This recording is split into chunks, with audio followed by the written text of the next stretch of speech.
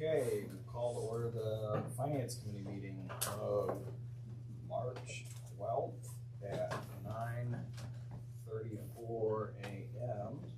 Present are committee members Glassburn, Lippert, and Williamson. Council members Broussard, Heeman, Kelly, and Scarl.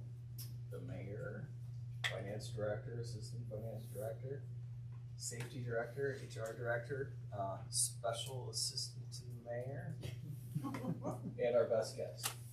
On the agenda today is the budget, and I don't know who's starting, so Mayor, okay. Thank you, Mr. Chairman and council members, for bringing us together here this morning. The administration has tried our hardest to keep this budget that's before you, I should say, as vanilla as possible, keeping our city moving forward while being cognizant that we've brought in all new appointed directors into those positions, and so with that, they've not had a lot of time to lay their eyes on everything, and so that is how we've decided to proceed. The budget will show increases as we emerge from the COVID-19 pandemic and try to return to normal operations for our city. So obviously the past few years have been, I guess you would say, we've been a little low because we've just not done what we've kind of normally done. And I think it's exciting though that we're sort of moving back into normal operations. The capital expenditures for this year are focused on needed repairs and new equipment that we just can't hold off on purchasing any longer. The administration will ask for 2 amendments, at least right now, which will be discussed at the time in the appropriate departmental areas this morning. One is $15,000 out of the Tif fund for the 480 overpass bridge improvements, and one will be adding a storm foreman to our service department to address the lack of preventative maintenance that our city has failed to perform over the years in order to prevent residential flooding. The budget can't be an apples to apples comparison because some of the divisions have moved to different departments, but we've done our best to try and give you a complete picture of the budget as compared to last year.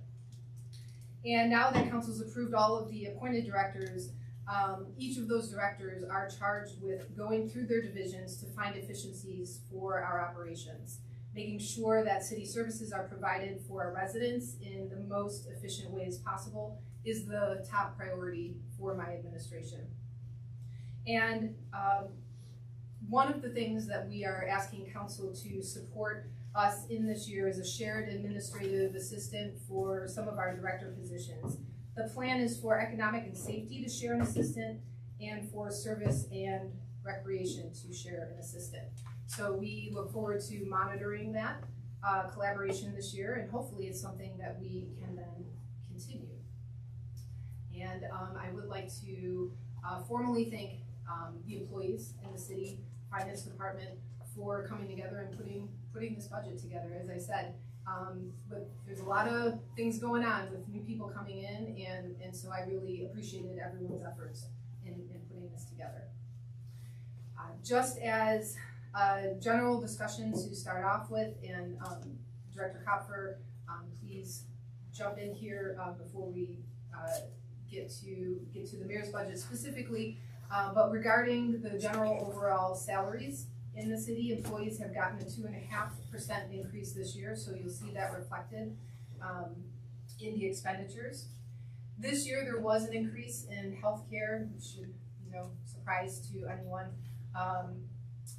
There's an 11% fixed increase and a 19.78% overall, which means fixed plus the claims against the city. And we've had several high dollar claims last year in 2021, and there are 6 individuals in the stop loss program. The police and fire pension funds, they don't offer health insurance anymore. So there is a significant increase in COBRA participants, and currently we have 6 in our COBRA program. I don't know if there's anything else that you want to add to. You know what, Mayor, I forgot to mention to you, but in the prior year, we didn't charge workers' comp to all the funds. We used the fund balance. And this year, you'll see that there is a cost, a percentage of payroll assigned to all the divisions and cost centers to fund the workers' comp fund reserve. So you'll see like 0 last year and a dollar amount, that's why.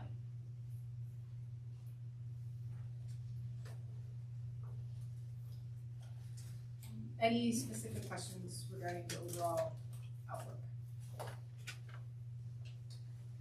Mr.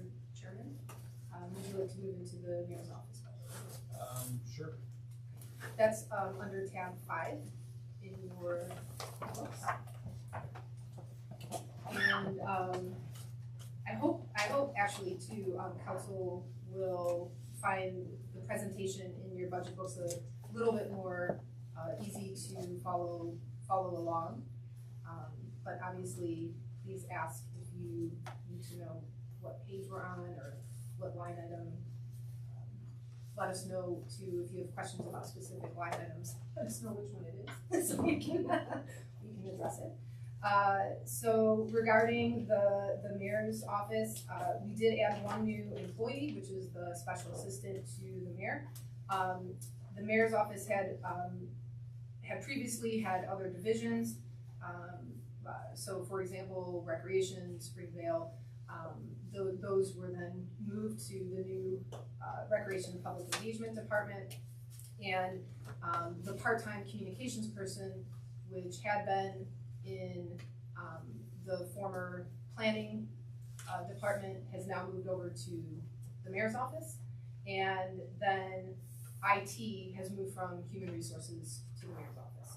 So as far as capital outlay, there's been no major changes except for the $8,000 to remodel some of the offices downstairs. And when we say remodel, that was done in-house by our service department. Paint and ceiling tiles is what that mostly comprised of. Any questions for the mayor's office in particular? And mayor's court, which is it's still under tab 5, but it's in its own little area. Yep, sub tab. Donna went crazy this year. Yeah, no, she did. It's great. Yep. So mayor's court, there is just two employees there, the clerk and the assistant clerk. The part-time employee is no longer there, and that's mostly reflective of, unfortunately, that the mayor's court just hasn't been bringing in the amount of revenue because we've been down as far as tickets.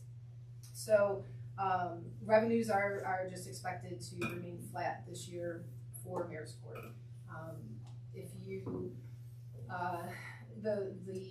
the thought is that perhaps in 2023 we will see an increase in that again, but as of right now, the projected is that we're just remaining flat. And Mayor, it's partially, I mean, it's primarily due to we have a lot of new officers that are still in training. We have positions that we still have to fill. So right now, that is the primary reasoning. But I think that there might be, there's a different generation out there that might not be as driven by having overtime as others. So it may be something we have to look at for the longer term. Any questions about mayor's court? And the next subtab is information technology.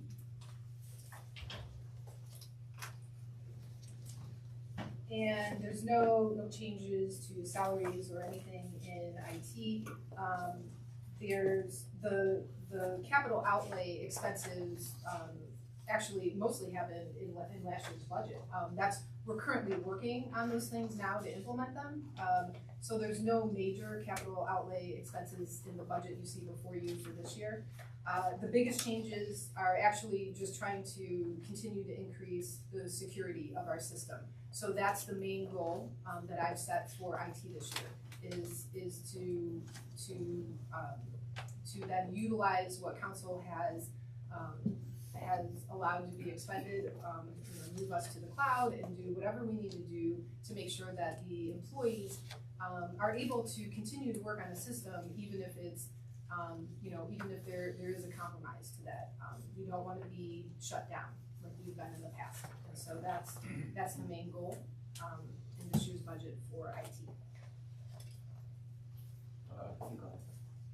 So Mayor, the IT budget for the past several years has hovered around the $300,000 range, and we're increasing to $800,000. It appears most of that is in the contractual services. I mean, is this the sustained level we're going to expect going forward? Yeah, I mean, Chuck, go ahead, you can jump in. The vast majority of that is, my understanding is that that's going to be like box contract, the material contracts. I would say that is probably going to be approximately what it is. It might come down a little bit because I'd have to ask if the new phone system is included in that 800. Once those new phones and everything are purchased, that might come down a little bit. But I think that's probably about the process. Probably about the area we're going to be looking at moving forward. But I will get clarification on that for you. If you look at the detail, like which is past, which is in the other section, I think it starts on page 34 and then goes to 35. Yep. Under the 54 outside services. Past the 54, green 285. Yeah. So go I mean, to Green's page 34 and 35. yeah. There's And detail.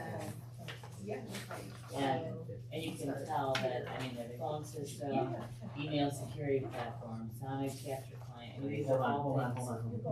You're going really fast. Let's find this page. So, Because okay, if you go. Because I was on 15, page 34. Yep, so Yeah, like, if you look under your Go to the sub-tab same for tab, IT. always go to the same tab, Okay. and then go back, past the green sheet. Okay. Yes.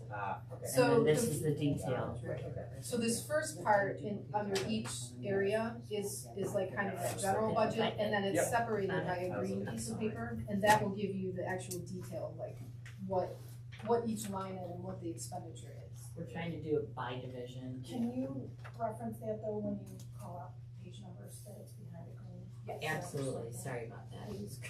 Thank you. Yeah, I mean, I did read all of this. I saw that format. I just, there's a whole list of things that are, $25, $30, whatever $1,000, and I just don't know which ones are new, which ones aren't, and Sure, so I are would they say. one-time things? Are they sustained contracts? We could delineate for you what is sort of what our ongoing contracts that have already existed and anything new. So like the Box Cloud platform is obviously new. You just approved that. But for example, Studio Pens and MailChimp, those are items that have been carried over from the previous administration that we are taking a hard look at, and if there's ways that we can consolidate or do some of that in-house with our communications person, that's what we're going to drive towards. So the hope is that we'll be coming to you at some point at the towards the end of this year and saying, okay, council, we've decided that we're going to consolidate X, Y, and Z, and that this will bring you a cost savings to whatever that is. So. I mean, yes, I certainly would appreciate that. Again, I don't know enough to know. I know our IT system wasn't working up to everyone's satisfaction, and so I'm not saying that we should be at the previous level, but we are doubling the budget of the department. Yes. And so it's sticker shock. And just to follow up with that, thank you, Mr. Chair. My big concern is because there's so many service contracts in this, and they're at different years and Yes. rates, and I know with IT, you can get blindsided by a huge increase in rate that you didn't expect, especially when it's something that's a little bit stickier, and we might have some hard time moving, so I would hope that this would be kind of a big focus for Eric and Chuck to kind of lay out that software agreement planning cycle on this for future, so we can not get surprised by Yes. huge 25% increases or something on a service that's not that easy to switch to. Sure. Mr. Chair? Yep. If I may, and going off of what Mr. Limbert just said, if we could get perhaps an entire list of city contracts eventually. within the next 6 Chuck is months. actually working on that. Yep. Perfect. So that will be provided to council. Okay, Yes. great, thank you. I know that was a priority of yours, so Thank you. it'll be. And I will make sure that, I will respond, early next week to all of council, letting me know about that, which of these are moving forward, which of these are one-time expenditures. 'Cause again, I know like the phone lines, some of the new phone stuff for the brand new phones, there'll be maintenance continuing off that, but some of that stuff will disappear, after this year, but I just don't know the dollar amount on that. Mr. Chair, Yes. but the cost of IT is gonna be high. I mean, it's not ever gonna go back down to where it was a few years ago, so, but that's the cost of security and some of those things. So, I just wanna forewarn you, Again, I fully understand this is not gonna go back to 300,000 in that neighborhood, but it is literally doubling. absolutely, I And- concur, I totally concur. I don't have the ability to put into layman's terms to a resident why that's the case, other than it didn't work before. Mr. President. Thank you, Mr. Chair. We talked, I think it was back in the fall, a lot about employee training with regard to cybersecurity. So, Yes. and I see it in the budget. Yeah. I'm just wondering, is this as good a time as any with so many new employees, just kind of creating a best practices, do's and don'ts? Because I think many of our previous issues were employee related, doing something that they shouldn't be doing, right? That is correct. Yeah. Yes. And that is, that's why that's built into this budget, is because that is exactly what we're going to do, is address that situation. And it needs to be continuing education too, so it's not a one-off, it's not a memo, it's more than that, so. Thank you. Mr. Chair? Ms. Williams. Thank you. Based on that comment, Mayor, will there be, any kind of ramifications put in place if these systems are not adhered to Yes, this time around? Yes. After the training? yes. Okay. And then, Mr. Chair, if I may, there's a lot of AT&T, Windstream, there's Spectrum, Wow. Is there any plan to consolidate all of those in the future? Yep. So that's again, another target that we're trying to figure out is there opportunities for us to do business better that way? Why is there one contract over at the rec center, for example, and another contract possibly here or at the wastewater treatment plant? If we can consolidate and then pass on that savings to the taxpayers, that's the goal. So, Great, thank you. Mr. Chair, Yes. in addition to that, the phone system has, been since like 2018-19, and I think in the past, and still this year, I don't know exactly when it's coming, and so it was really difficult to budget the fees that we're paying now, and because we don't know the cutoff as to when, so there is probably some, as you're saying, some expenses that are duplicative here that we're not gonna pay, but we couldn't quantify the split, so I wanted to make sure we had monies in the budget for that, but I couldn't split it to the divisions where it's been paid previously and where a more central location in IT would be too as well. So it is a little bloated, yes. So, one of the things that I think we're gonna come out of this with is that this budget is balanced prior to the American Rescue Plan funds. There may be things that are one-time expenses that are in the regular budget that are more suited to those one-time funds. And so I don't know if any of this will fit there or not. But in your operating budget, you always have some one-time stuff.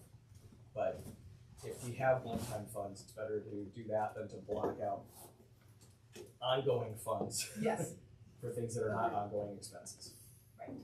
And that's when, Mr. Chairman, when we sit down with council about the ARPA funds, those are the conversations that we're gonna have then, is, okay, is there something that we could pull out of the general fund and take care of that that meets the requirements of the ARPA? Okay. Any other questions on this? I just had a question, and I don't wanna sidetrack too far, but like, what's the general estimate of those funds potentially? Or is it unknown at this time? It's 3.2 something. Overall, the city has 1.6. We're expected to get another 1.6. Those funds have not been spent. That's a discussion with council. And that's something we'll do after this process.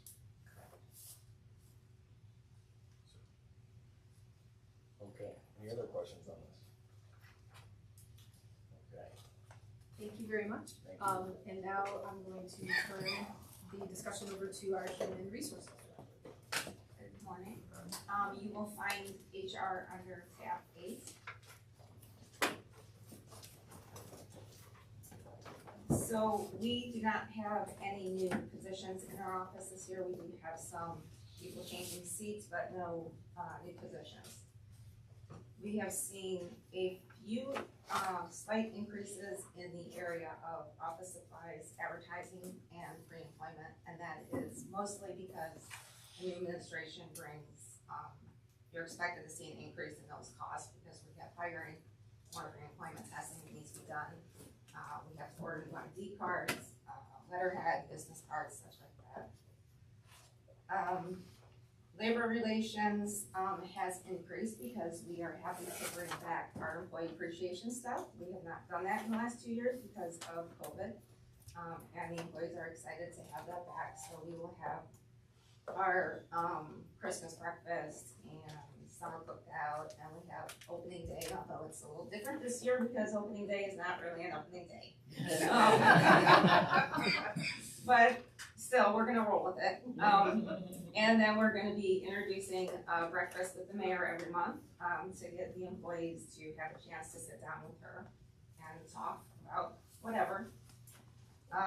Outside services, we have appraisals put in this year. We had them back in 2019 for $30,000, and then COVID hit, and so we are going to be addressing that this year as well. And then there is a slight increase in seminars, meetings, and dues because I am taking the HR certification class. And the person that's going to be taking my role, I would like to send them to some seminars because there's a lot to learn in that role. I want to make sure that they stay up to date on everything. Any questions on the HR budget? I don't have a question, just the thank you of, I think your narrative was the most thorough with I don't say the least ground to cover, but the most thorough with given, and that was very helpful. Thank you. Thank you. Any questions? Is the insurance trend, is it just gonna keep blowing up, or? I think that seems to be the way it's going. It took an increase last year, and they're telling me they're expecting a 4.7% increase this year. So I know COVID had a lot to do with it, and the flooding and the fires that we had. So I know the supply chain issue has been a problem, and I'm sure everybody's seen an increase in their own personal insurance. If you haven't, you will shortly. Okay. No, I just wanted to make sure to see if this is a trend, because Technology is gonna be a trend, insurance is gonna be a trend. Well, hopefully it Hopefully levels revenue off. increase is gonna be Yeah, a trend, I hope right? revenue increase is a trend, yeah, exactly. And as long as it's not property tax trending increase, I guess, from the residents' perspective. Mr. Kelly? I do have a question on, it'd be page 30, or is that for that thing? Just simply, it says under insurances, fireworks insurance, are we adding fireworks this year? Yes, we are. Yes, Yes. so I'm sorry, Mr. Chairman, if I could address council, I should have brought that up under the mayor's budget. Excuse me, thank you, Director. The plan is to come before council and present fireworks again for this year. The exciting thing is that we are going to move the fireworks time to when community council hosts the homecoming. So in following suit with a lot of suburbs around here, coupling the fireworks with the home days of the city. And so that will be presented on that Sunday night, so to close homecoming, as opposed to having it, on July 4th, which had been previous, well, obviously not the last 2 years, but previous to that, so.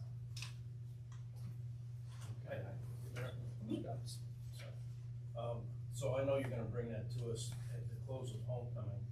Where are those fireworks gonna be shot? Chuck, you can. We will be hopefully coming to council soon with a contract for all of this. Right now, the plan is to do it the same way that it's been done in the past, from shooting off at Moen's property at the mall. We just got a contact with Moen yesterday, actually. We're trying to get sign off to make sure that they're still on board with that. But assuming Moen's still on board, the game plan is to shoot off at Moen. Okay. And I was Mr. kinda worried there Councilman, for a minute, you were No, thinking. no. We're trying to protect our tree canopy, not blow it up. But just so you know too, the Great Northern Mall has already signed off on us utilizing their parking lot for that Sunday evening. And we did work with community council to make sure, that they were on board and as you know, from years past, homecoming ends Sunday afternoon, and they were completely fine then with having the close of it be sort of over at the mall then with the Thank you. fireworks, so. And just as a side note on that, we've also looked into the timing of that, because it would be, at the end of August. Sun sets a lot earlier. It's dark by 8:20, 8:15, 8:20, so it would be an earlier fireworks show than what they've been in the past. Mr. Chairman, Chuck did a whole analysis on exactly when the fireworks can be shut off. Because again, as Councilman Williamson and I had talked about previously, school, I don't think this year will be starting that next day, but it could. You never know with the school calendar, and so we wanted to make sure that families would be able to get home and get their kids in bed. So. Mr. Broussard, you have this one.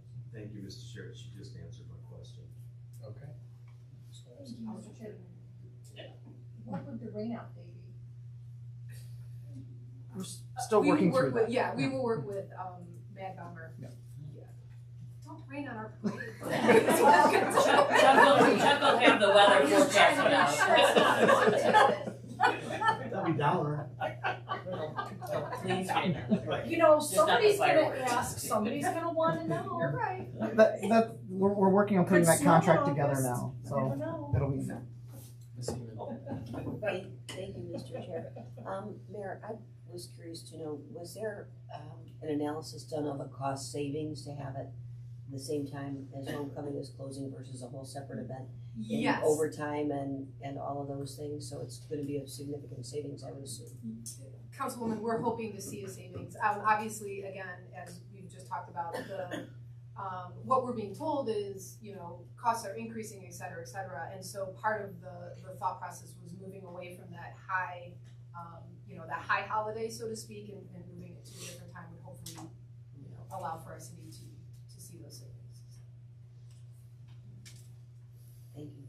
Thank you. Are there any other questions on this?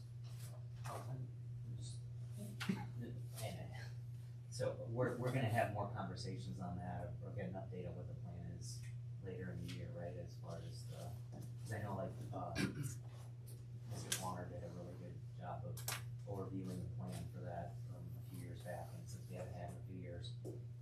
good, so we can help kind of get the message out, throw it out, so.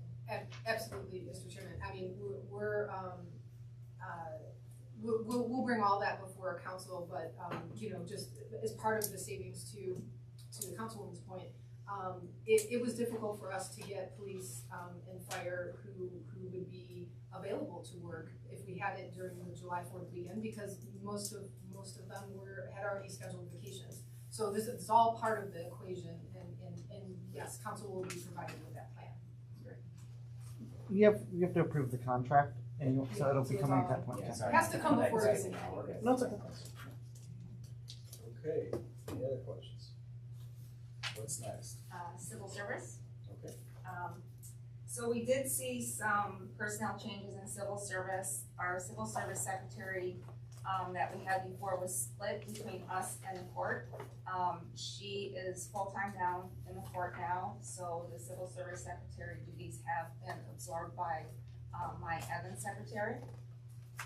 And then as far as testing goes, we will be doing, entry-level police and fire this year, as well as a promotional, captain's and lieutenant test. And then we have, slotted for 9 new hires between police and fire. Originally, we were looking at 5 for police, but now it's up to 6 because we just had an unexpected retirement at the beginning of this week. And then 2 for fire, and then we like to leave 1 open in case we need it, as we may have another unexpected retirement. So, it's really more appropriate for another section, but I'll ask, since you just addressed it, what are we looking to maintain, increase, see a decrease of our fire and police staffing levels? Well, I think we're looking to possibly increase a few in police. I think, fire maybe by 1, but they're just kind of staying the same for the most part. Mr. Kelly? Question about the testing. And, is there any thought to go into the national testing system? Yes. So yes, and we just met with the chiefs and the safety director on that this week, and we are working on reaching out to the national testing network to get them to come in or do a presentation online or something. Yes, absolutely, because that's the way that a lot of cities are going, and I'm hoping it's gonna open up our pool, because it's very difficult to get candidates. And that's the big thing. Yes. Open up your possible. Yes, absolutely, Right there. agreed. Okay, thank you. Ms. Williamson? Can someone please explain that national testing system for those of us who are not? Well, we're still kind of learning about it, but it. Mr. Kelly. Can I defer to Mr. Kelly? Yes. So there's just it's just a standardized test that's done, and then the results and the scoring and all that is available to all the different departments. So your candidate pool can be large compared to maybe getting 30 guys to show up to take your local test, which has been happening lately, very few people showing up. So seeing you have more people to draw from, then gives you a better opportunity to start filling your staffing that you need. And many departments are going to the national testing. So, it really does help the cities to find a pool of candidates. So, Mr. Chair, if I may, Yep. is it a generalized test, given it some maybe neutral location and the I believe candidates? it's online. It's Oh. online, yeah. Okay, And if I may, address, the council, the applicants, it's all online, and they can also kind of select where they want their Right. applications to go to. okay. So they can select 10 cities, including North Olmsted, and we generate that larger pool. Fire is getting, 80 applicants in their pool. Another local police department got just over 100. So it really exponentially increases I didn't know such a thing existed. the candidates in the pool, for us Right. to look at. I would certainly urge the Fantastic. city to try to get into that system. Yes, and that's what we're looking at, and they do both police and fire, so. Excellent, thank you. Sounds a lot like the National College Yeah. undergraduate application forms. Ms. Heaton? Thank you. And I don't know if the director can answer, the directors or Mr. Kelly, but anybody that might know the answer to this. So on that website, is there a place that you promote your city? So like, for example, someone in another state to say, well, know what, I might wanna move, right? Because that's the premise for this, is that you're drawing from anywhere. So how do you promote North Olmsted to candidates? Do we know that? We haven't gotten that far into it yet. I'm certain that there is something, because I know that we can do the test to give so many points for like military service, and we can gear things a certain way. And I would imagine that there would be a little write-up or summary for your city so they know who they want to apply with. But I don't know all the details behind that right now. And if I may again add that, and both the chiefs will be here before too long, but their local peers are telling them that in that mix, they do get out-of-state candidates. Yes. So someone who wants to return home, to Greater Cleveland can pick local communities here. So there is an opportunity for that. Great, thank you. Okay. Mr. Kelly? I have one other question. Is this the right time to talk about salaries, or do we wait till we get to the specific departments? Ask your question and we'll figure it out. So, I had a good talk with one of the patrol officers from the department the other day, and he suggested that the council come to the administration about the lateral transfer, that they don't start at the bottom level as far as salary goes, because there are some lateral entry people that would then turn down the job probably when they had more years somewhere else, and then would be taking a significant pay cut to come there. And I know finding people to work is hard right now. Yes, it is. And that was part of our discussion in this meeting, because that is a problem with the lateral transfers. Them having to start at the bottom of the pay, like if we can put them into where we're at in the pay scale as far as salary and vacation earnings go, but seniority would have to start at the bottom. But yes, we're talking about that as well, because that is a huge, we've lost a lot of, quite a few lateral transfers because of that. Okay. I'm sorry, on that, is it prohibited in state law because they're new employees and the vacation's defined in state law? Or can we adjust other aspects except for the seniority? It's contractual. It's contractual? Mr. Chair. Okay. So. I know some unionized flexibility. employees, it depends on when you started with the organization. Yeah. And their union contract specifies that, so we would, Okay. if it doesn't specify, I don't know how it specifies lateral transfers. I think that was authorized in civil service. It was, as far as. So we may have to bargain some sort of, Right. and do an MOU in the police contract. Okay. And those are coming up for next year. So Good. Yes. Good we're timing. making a Yes. list of things that we Yes, need we to are. Okay, Ms. Williams. Thank you. So would it be, I guess, as far as vacation and sick time for these transfers, these lateral transfers, would they like kind of like when a city employee moves from one municipality to the next, their sick time all transfers over, their service time transfers over, and then they earn vacation time based on the amount of years they have invested? Yes, Would it so- work like that? Yes, Does it so, work like that now? because normally they would be paid out for their vacation when they were leaving, so they wouldn't bring that vacation Right. with them. But if they were earning 3 weeks or 5 weeks, then they would come into us earning 3 weeks or 5 weeks instead of going back down to 2. Okay, great, thank you. Okay. Anything further for civil service? Okay, what's next? That's all I have. Economic development. Mr. Next year. Upton, I'm told you're next. Chuck controls all. Blame him. You're gonna go to tab 9, economic development, be the next tab. Sorry.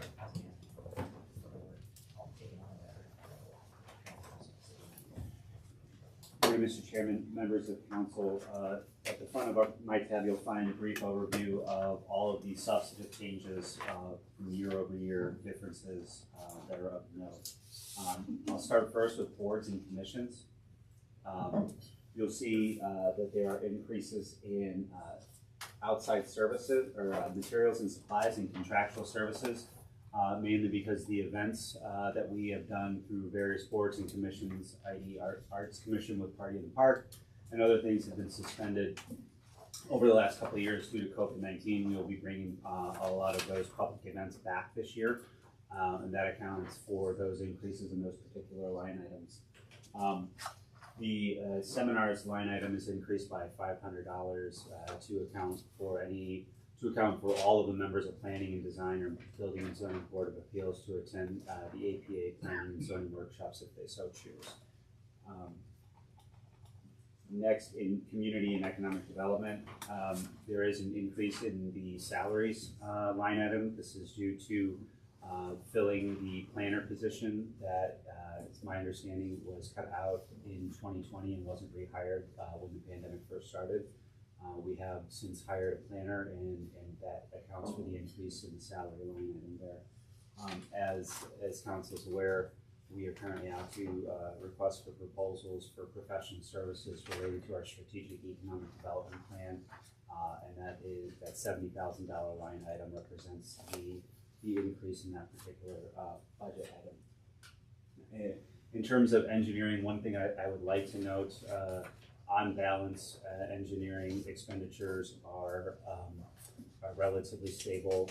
We will be, and I'm working on creating an RFP to go out for competitively the engineering contract going into next year. So that particular piece of legislation will be coming to council hopefully here in the next few months. With that, I take any questions from Mr. Chairman or any members of the council. Thank you. So as now sharing Clay Road with another board person, I have to ask about that. Sure. Item at the end of your list of Clay Road resurfacing project is not included in the proposed budget. What does that? What are you telling us by that comment? What I'm telling you is that the engineering design fees relative to the design and redesign of Clay Road is not included in this budget. The mayor and I had a conversation with NOACA a couple of weeks ago and indicated that we want to make sure that Clay Road is designed for the future and not the present, and as such, we may want to push back that particular project until we have all the answers that council is looking for with respect to what Clay Road needs to be.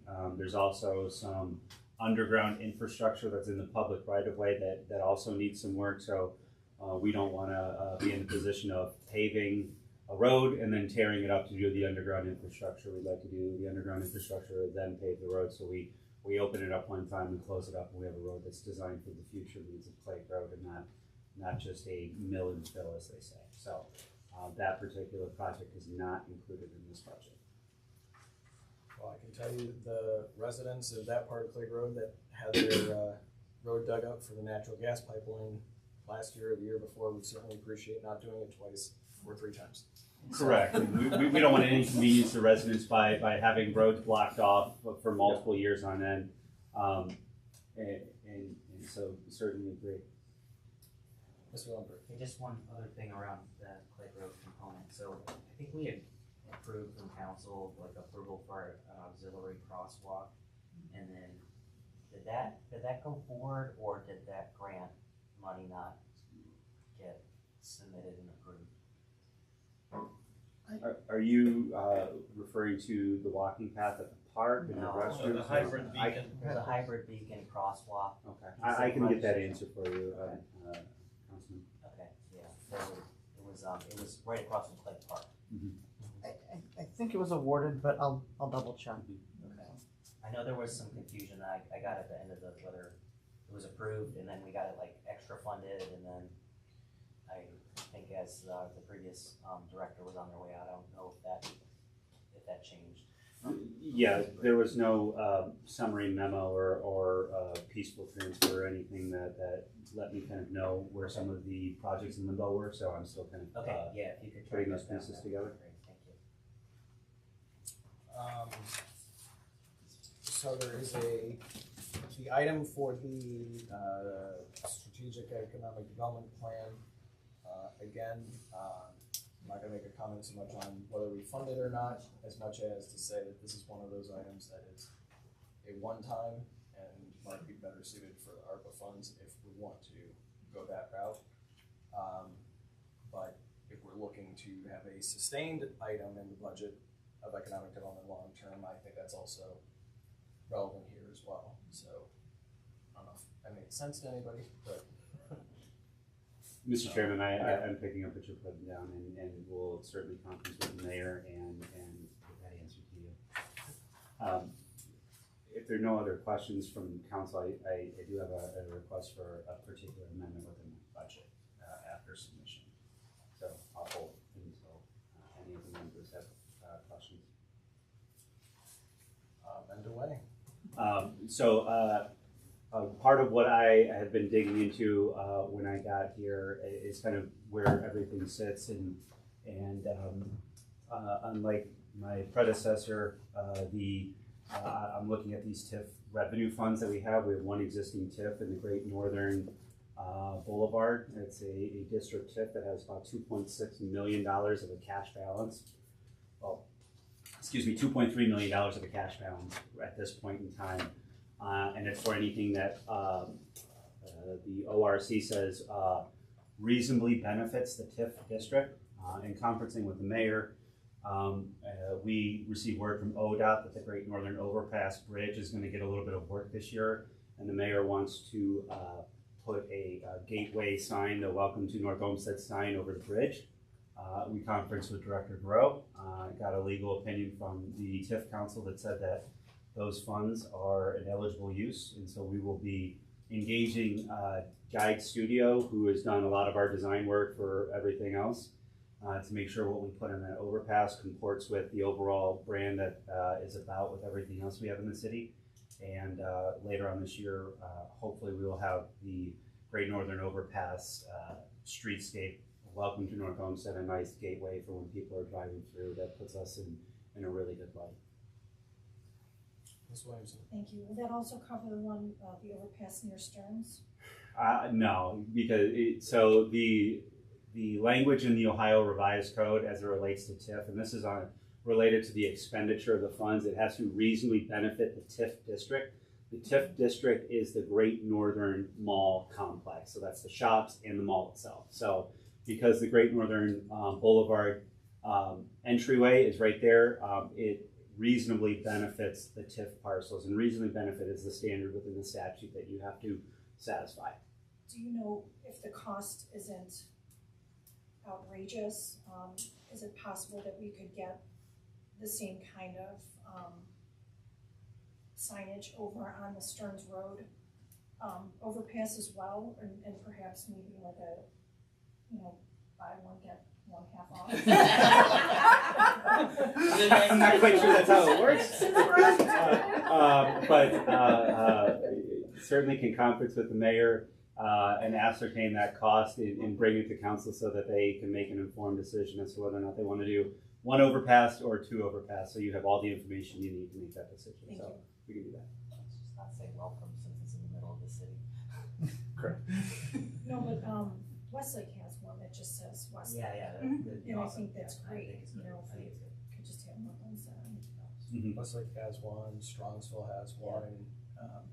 I happen to have been around the Columbus area, and a lot of cities around here have It's them. commonplace, and I think it helps people identify where they're at. My somewhat concern with those is just that I've also seen some of those that were done 10 years ago or so, and they aren't looking so great.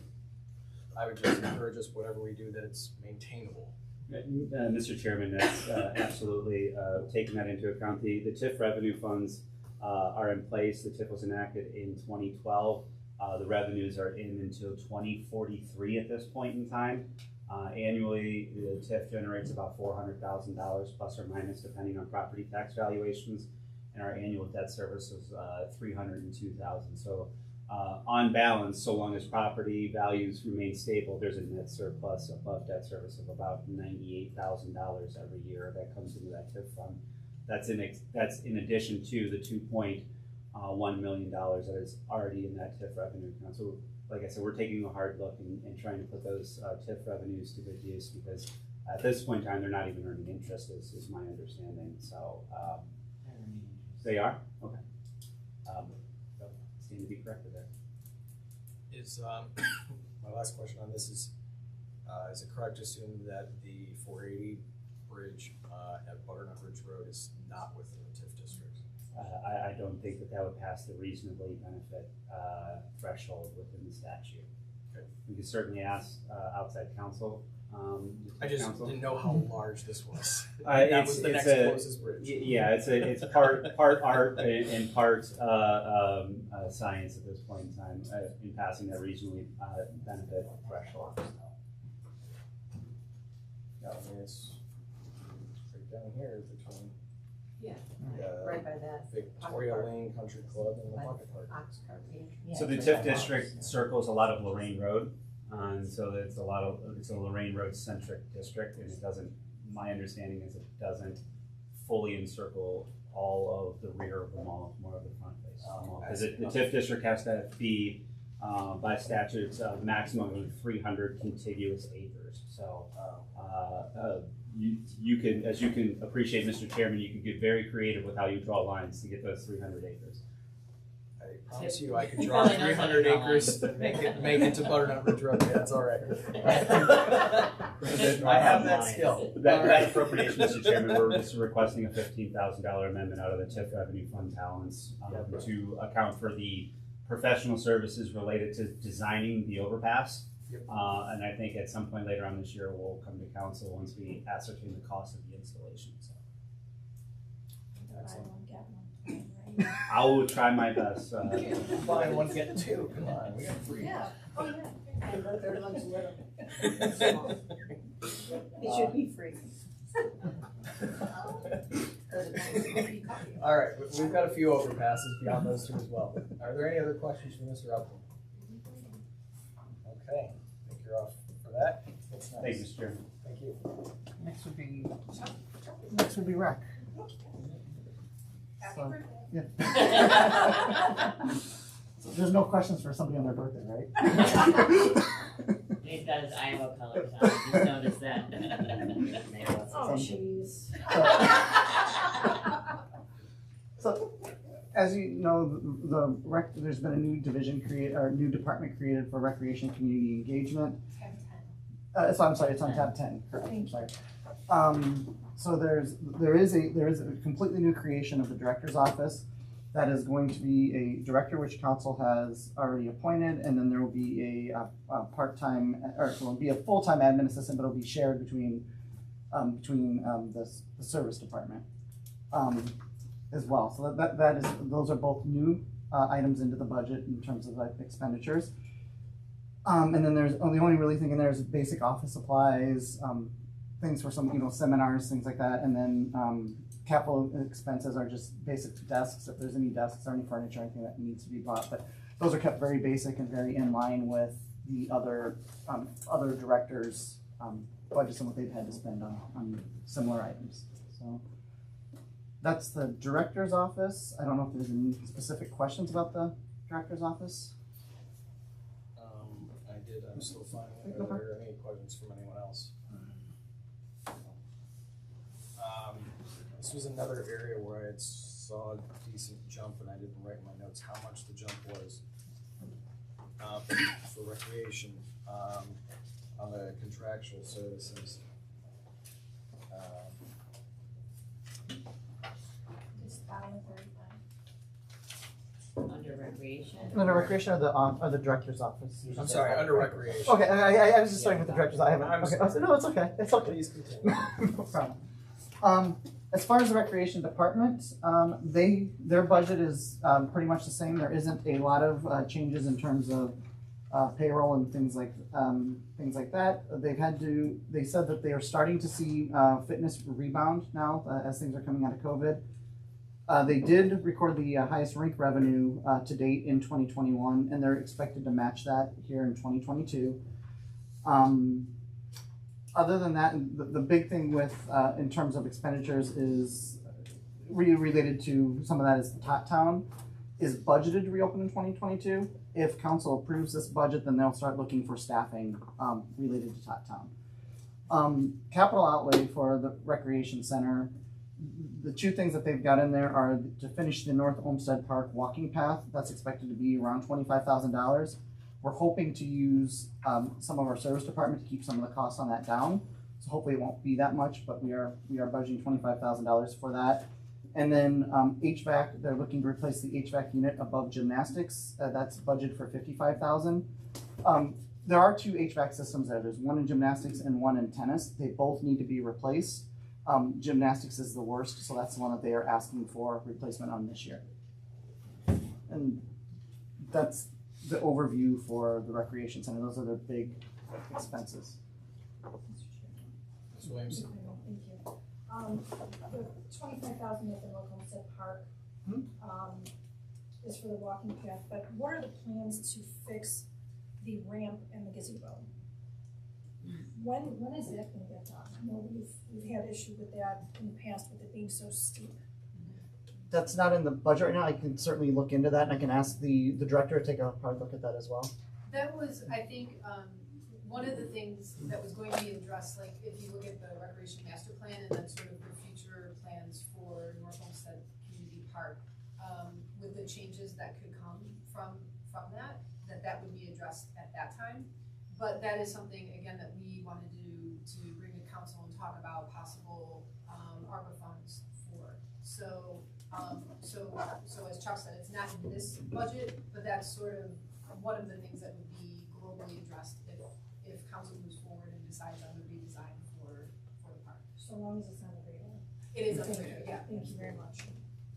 Sir, Lippert? Yeah, can you clarify a little bit about, for the walking path, is that just a connection, or is there any widening? Right now, it's not completed. This is to complete it, so it would be a complete full circle, for lack of a better term, around this, so everyone can make a complete lap on the walking path. That's the plan right now. So it'd just be to finish that off. I don't know if they're planning, as far as I know, they're not planning on widening that any further. Mr. Kelly? So just, would that also be repairing that section that runs north off of the cross street there? The old part of the path that goes down and dead ends, because that's really broken up in there and rather dangerous, actually to walk on spots. I'm writing it down to ask on that. I'm not certain, but I would assume that if there's any repairs that need to be made, they'd make those at that time. As long as we're out there working on it, we should finish it. Especially if we're using in-house, we can keep it cost lower. Mr. Scarrow? Thank you, Mr. Chair. The walking path, when it continues, is the playground gonna have to be relocated, or are they gonna keep it on close to the road and not interfere with the playground? Go to finish. To the best of my knowledge, they're not messing, they're leaving the playground where it is. The playground is not changing. Mr. Broussard? Thank you, Mr. Chair. I'm sorry, walking path. One of the questions I get asked often is, why does it take a jog into the center of the green space as you approach the gazebo? So I don't expect you to know the answer off the top of your head, but. I will definitely ask and I'll get an answer back to you. Yeah, so everybody follows what I'm, Okay. I mean, it goes along the perimeter, right, and then all of a sudden it jogs in. Mr. Chair, just from what I was told from the previous director, that when that was designed, there was a plan for future parking in certain areas, so they wanted to move the path inwards from that roadmap plan, and so they didn't have to remove it later. That's what I was told when I asked that, so that was the position. Thank you. I don't know what. Are there other questions on recreation? Mr. Lippert? Yeah, and Chuck, you may not be able to answer this. I when I looked through the budget estimates, I didn't understand sort of why certain areas like skating, like gymnastics looked like it was like under projected versus last year, and the ice rink looked like it was. So you're looking at the revenues or the? Yeah, the revenues. Okay. I'm talking revenues right now. And it looked like the revenues went down for ice rink. And I guess if you had a record year, maybe you weren't expecting the next year to be record year, but it seemed to be significantly lower. And I wasn't sure. I was surprised by how low it was, unless we're expecting there to be down ice time. which I know you may not think of. I defer to Carrie, but my understanding from talking with Rec is that they were expecting the ice rink revenue to remain the same as last year, is what. Yeah, rec, I think, rec lessons was. It's rink rental that, went down slightly. Yeah, that was the one I was surprised at. But I mean, it was higher, like, But you, because it was a record year is what you're saying. yeah, I think that's, I will ask and I'll get an answer. Okay. And then the other one I was, Yeah. was on the gymnastics. It just looked like it was, lower expectation. Is that because of the mat, the one mat, or need to replace, or I just didn't understand why they, that was lower. I will get you an answer on that one as well. I'm not 100% on what they did with the revenue. I was, Mr. Chair, I'm gonna follow up as well, because if you remember, like in the prior years, like when you see gymnastics lessons, 300, 200, all that. That was when we collected all the revenue and then paid outside services. And this is just the collection of like our portion of the fee, and then we get lease revenue as well. So I think it might be somewhere else among here, so that's where I wanna follow up and ask that question. Yeah, cause But I know don't that see- gymnastics is doing, like it's recovering nicely. Yeah, I just didn't see, I knew we did some model changes or some contract changes, but it's just not, Yeah. I just need some clarification there. And, Mr. Chair, one other thing, the adult youth program fees, 267, that also I didn't quite understand, so I just like to give kind of walk through how it comes to those. And I think those ones were a lot higher.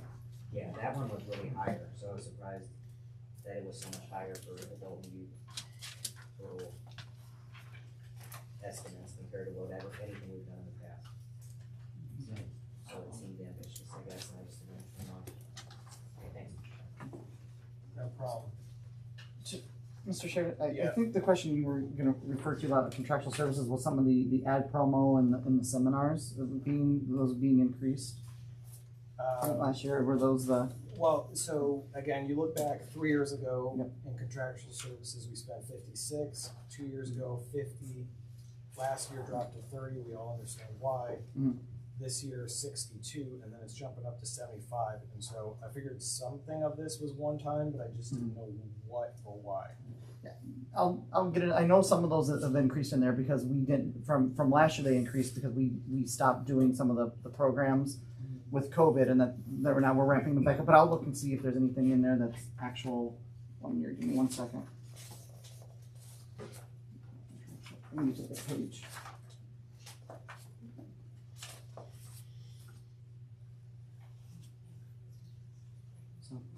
Like in bank, the bank appraisal fees like this year is like 30,000. I'd have to go back and see what they were last year. But I know like some of our fees for like credit card processing and things like that, those have gone up if I remember correctly. But I don't know if they were going to go up that much to justify that. So I'll do a little digging and get back to you on that one. Thank you. I'll ask this about recreation, but it's really more of a global question. The rec center is a big electricity user. It's got its increase projected for this year of 6%, but I've noticed some departments with double-digit electrical increases and some with flat electrical. What is our global assumption on electricity, or is everybody just doing it on their own? I think that most people may probably budgeted on their own. I don't know if we use the electricity. Or utility. And we're under contract, but it does fluctuate with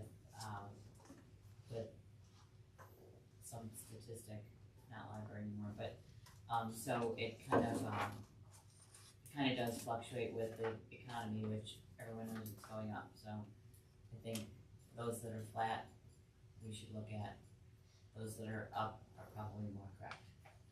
probably 7 to 10%. I don't know why that sticks in my head, but.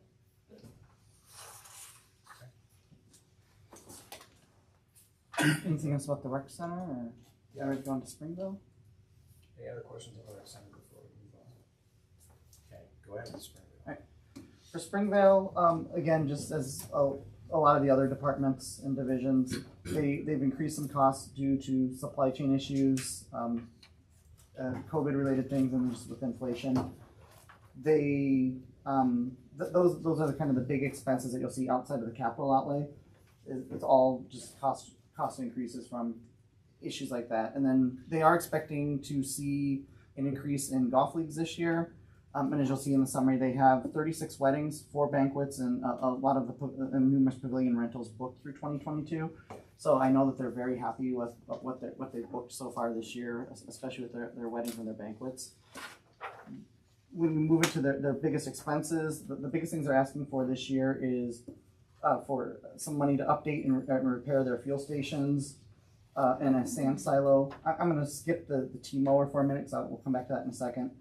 And then what they want to finish the fairway drainage on number 2, which would get all the drainage resolved in the front 9 of the course.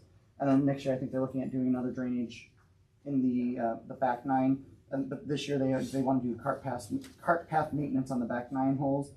And then for Springdale, the building itself, they're looking at refinishing the ballroom and the heritage room floors, and that's about $45,000.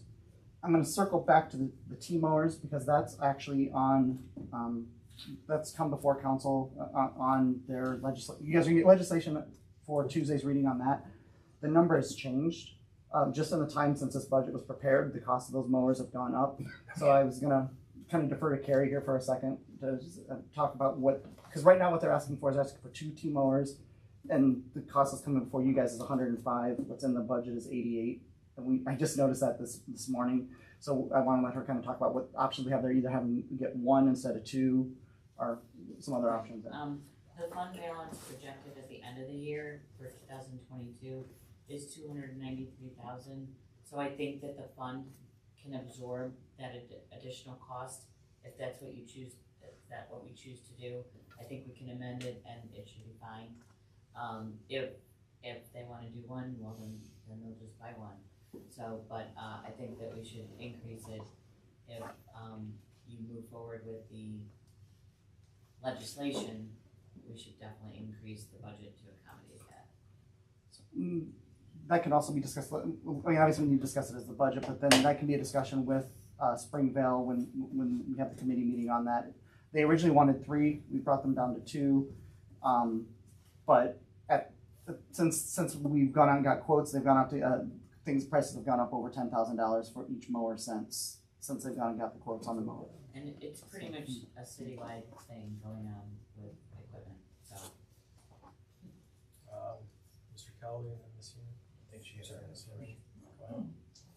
I just was thinking, Mr. Chair, can someone, and whoever, I don't know, update the purchases of mowers and equipment for the golf course in the last probably 3 years cycle, because we have new council members, and so they don't know how much we've invested already in equipment, because 1 year it was blocked. And I think it's fair that they know that history before then they're looking at 1 or 2 or whatever the golf course is asking. Not saying they're asking it appropriately, but I think the history is relevant and to the benefit of the new members. absolutely. I think Jim and I will be able to. I mean, an email to probably is fine. Thank you. Mr. Kelly, then Mr. Lindsay. So under materials and supplies, it's up 400%. Does that include the mowers and all that? It's under the On page 60, the golf. page 60, right? Golf supplies is what it says, but then it shows it's up 400%. Just curious what that would be. Let's see what they're.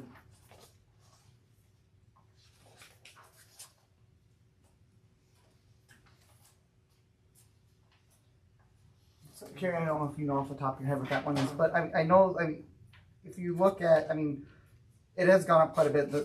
2 years ago, they were at 7,990 7, but then last year they were down to 1,800. So I don't know what's bringing them up back and forth each year. I'm just jumping looking back to and see forth. where,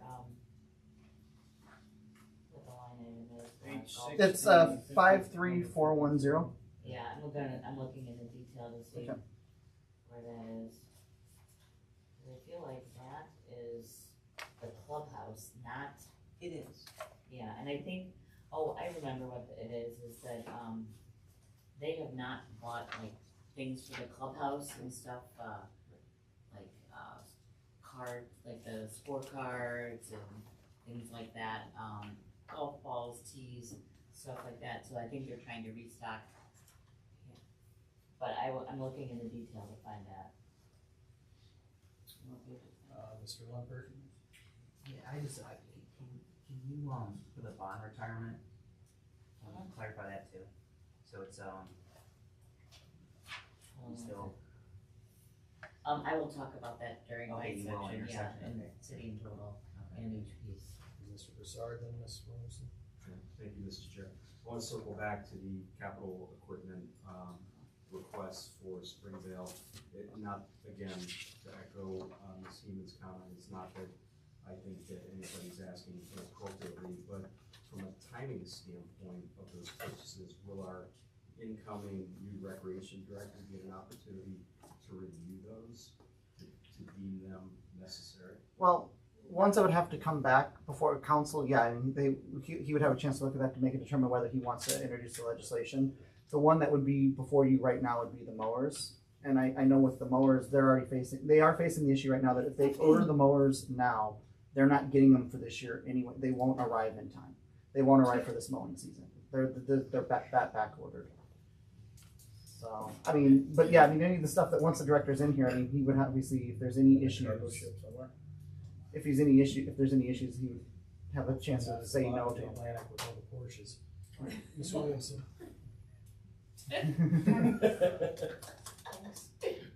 I'm just trying to figure out where these golf supplies are on page 60 and 61. It's showing materials and supplies, but I'm trying to figure out which division they are, so I see. I'm on page 269, past the green sheet. No, I'm asking about 60 and 61. On 60 and 61. Okay. Under 53, Mhm. materials and supplies, so Mhm. what are these and which departments are these, or which divisions are these for? If you look at the top of 60, it says golf clubhouse. And Right. then if you go to the top of, toward the top of 61, you see golf course maintenance. In the mirror, do you see that on the left-hand side? Yeah. Yes, I thought they were duplicates, but. Yeah. I don't know if it's helpful or not, but so for example, since Springdale Clubhouse was closed for so long during COVID, like Director Cropper was mentioning, like, they sell t-shirts, they sell, you can buy golf balls, you can buy bags of teas, you can buy all kinds of little miscellaneous items that you use to golf.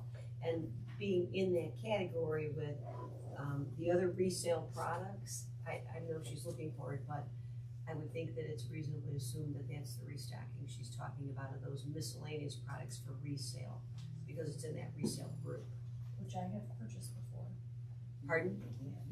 Yep. Well, because they I have just didn't, purchased. they just didn't buy them. I'll double check and make sure, Yeah. verify that, because I mean, there's probably general golf supplies too for the Right. clubhouse. but- Pencils, there's all kinds Yeah, of stuff don't- that they just didn't need. Right, And so, I'll not that it's a huge line item, but it's significant. I am a little concerned then about their oil and gas estimates. Only increasing by 5%. Just something to think about. It's not really yeah, increased, I mean, for $2,000 it is, well, I mean, it could be a problem. just something to be aware of, that it's kind of under what they do. You probably have to start shooting golf carts. Yes. With gas fees, $4 a gallon. Well, this is more for the equipment. No, not the yeah, parts. it's the Right, motors. right. Well, a Yeah, large, I think that's gas and oil, for the golf carts to Oh, okay. use, like, at the pump. Okay. Mr. Kelly? So, talking about the golf carts, do we own all the golf carts, or do we also lease some golf carts to make sure there's enough? We lease them all. Lease them all. There's a contract. So I'm gonna come back to the global of 3 years ago, we were at 1.67 million. 2 years ago, 1.66 million, so that was flat.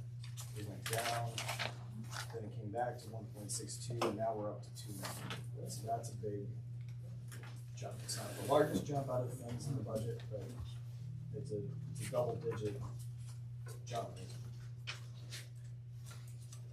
High teens in percentage. And so, again, I don't feel like I know enough to say that there's anything specifically that shouldn't be there, but it's a bit of a red flag. Mr. Chair? Yeah. I believe it's probably the majority, is capital, there's 45 in the building maintenance for the, building maintenance, and there's 133 in golf course maintenance, cost centers, and a few thousand for capital outlay in the clubhouse. So, I do believe that is a large part of it. And also cost increases. I understand. But again, you don't see that level of increase from all of the departments relative to, again, their years when we were back at more normalized operations. Yeah. I would hazard comment that I think back in Springdale, because they use a lot of part-time people, and they've struggled getting part-time people in. They've previously paid lower rates, they're paying higher rates within the range that's allowed, but to attract people, I know that they are working at, they're probably paying $8 or $9 an hour, and are probably paying, 12, 13, like that. So, we don't have the people in yet, but for Springdale, they're not hired, they're in the process of it, so we won't know the full impact until we can bring those people in. And we'll have a better idea of what the cost increases, but I would imagine that both of them are planning for having to pay the higher ranges in pay, because of the job market right now. The one specific I'll note is again, electricity. In this case, this department's projecting a 34% increase in electricity, which is a $20,000 difference. So again, I understand there'll be some variance between departments, but that is hard to understand.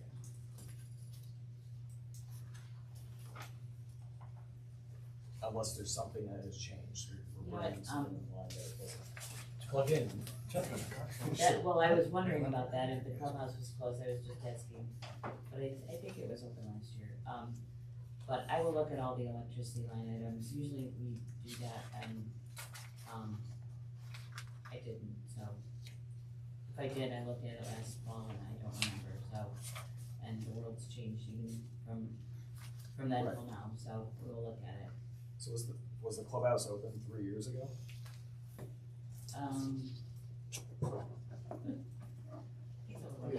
My other merged together, I think it might be part of the closing. Well, I mean, I'm just going by the 3 years ago, we were at 49, 2 years ago, 49, then it drops to 37, again, COVID, we get that. Now it's to 53, then 53, and now 72. Okay. That could be part of that, but we'll look. Okay. Thank you. Mhm. Any other questions?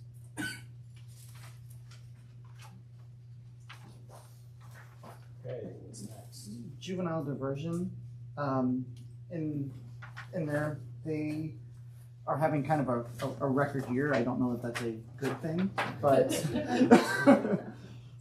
they've already seen a 75% increase in totals from 2020 to 2021.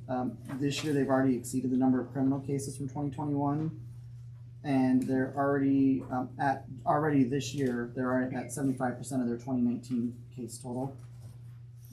There isn't really a ton of things going on in there other than normal increases.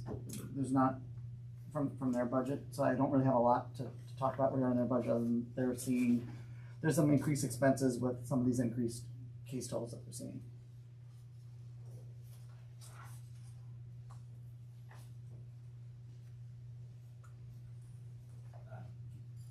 I mean, what are the parameters that somebody enters that program? Who decides that? The police chief be probably a little bit better to talk about. Chief, can I have you step in for a second? Yeah, would you be able to? They're asking what the parameters are for going into the youth diversion program. What determines? So that's actually changed over the course of the last couple years. So normally what they do is for youth diversion is for first-time offenders. If we give somebody a traffic ticket, we have the option to give them a youth diversion traffic ticket instead of giving them a regular citation where they go down to juvenile court, it gets sent downtown, and the court date is months away, nothing happens. We handle it right here in the city. So normally what happens, they get a $50 fine, and each juvenile goes to a remedial driving class. So it's a win-win. The parents don't have to drag their kid downtown. It's not long and drawn out.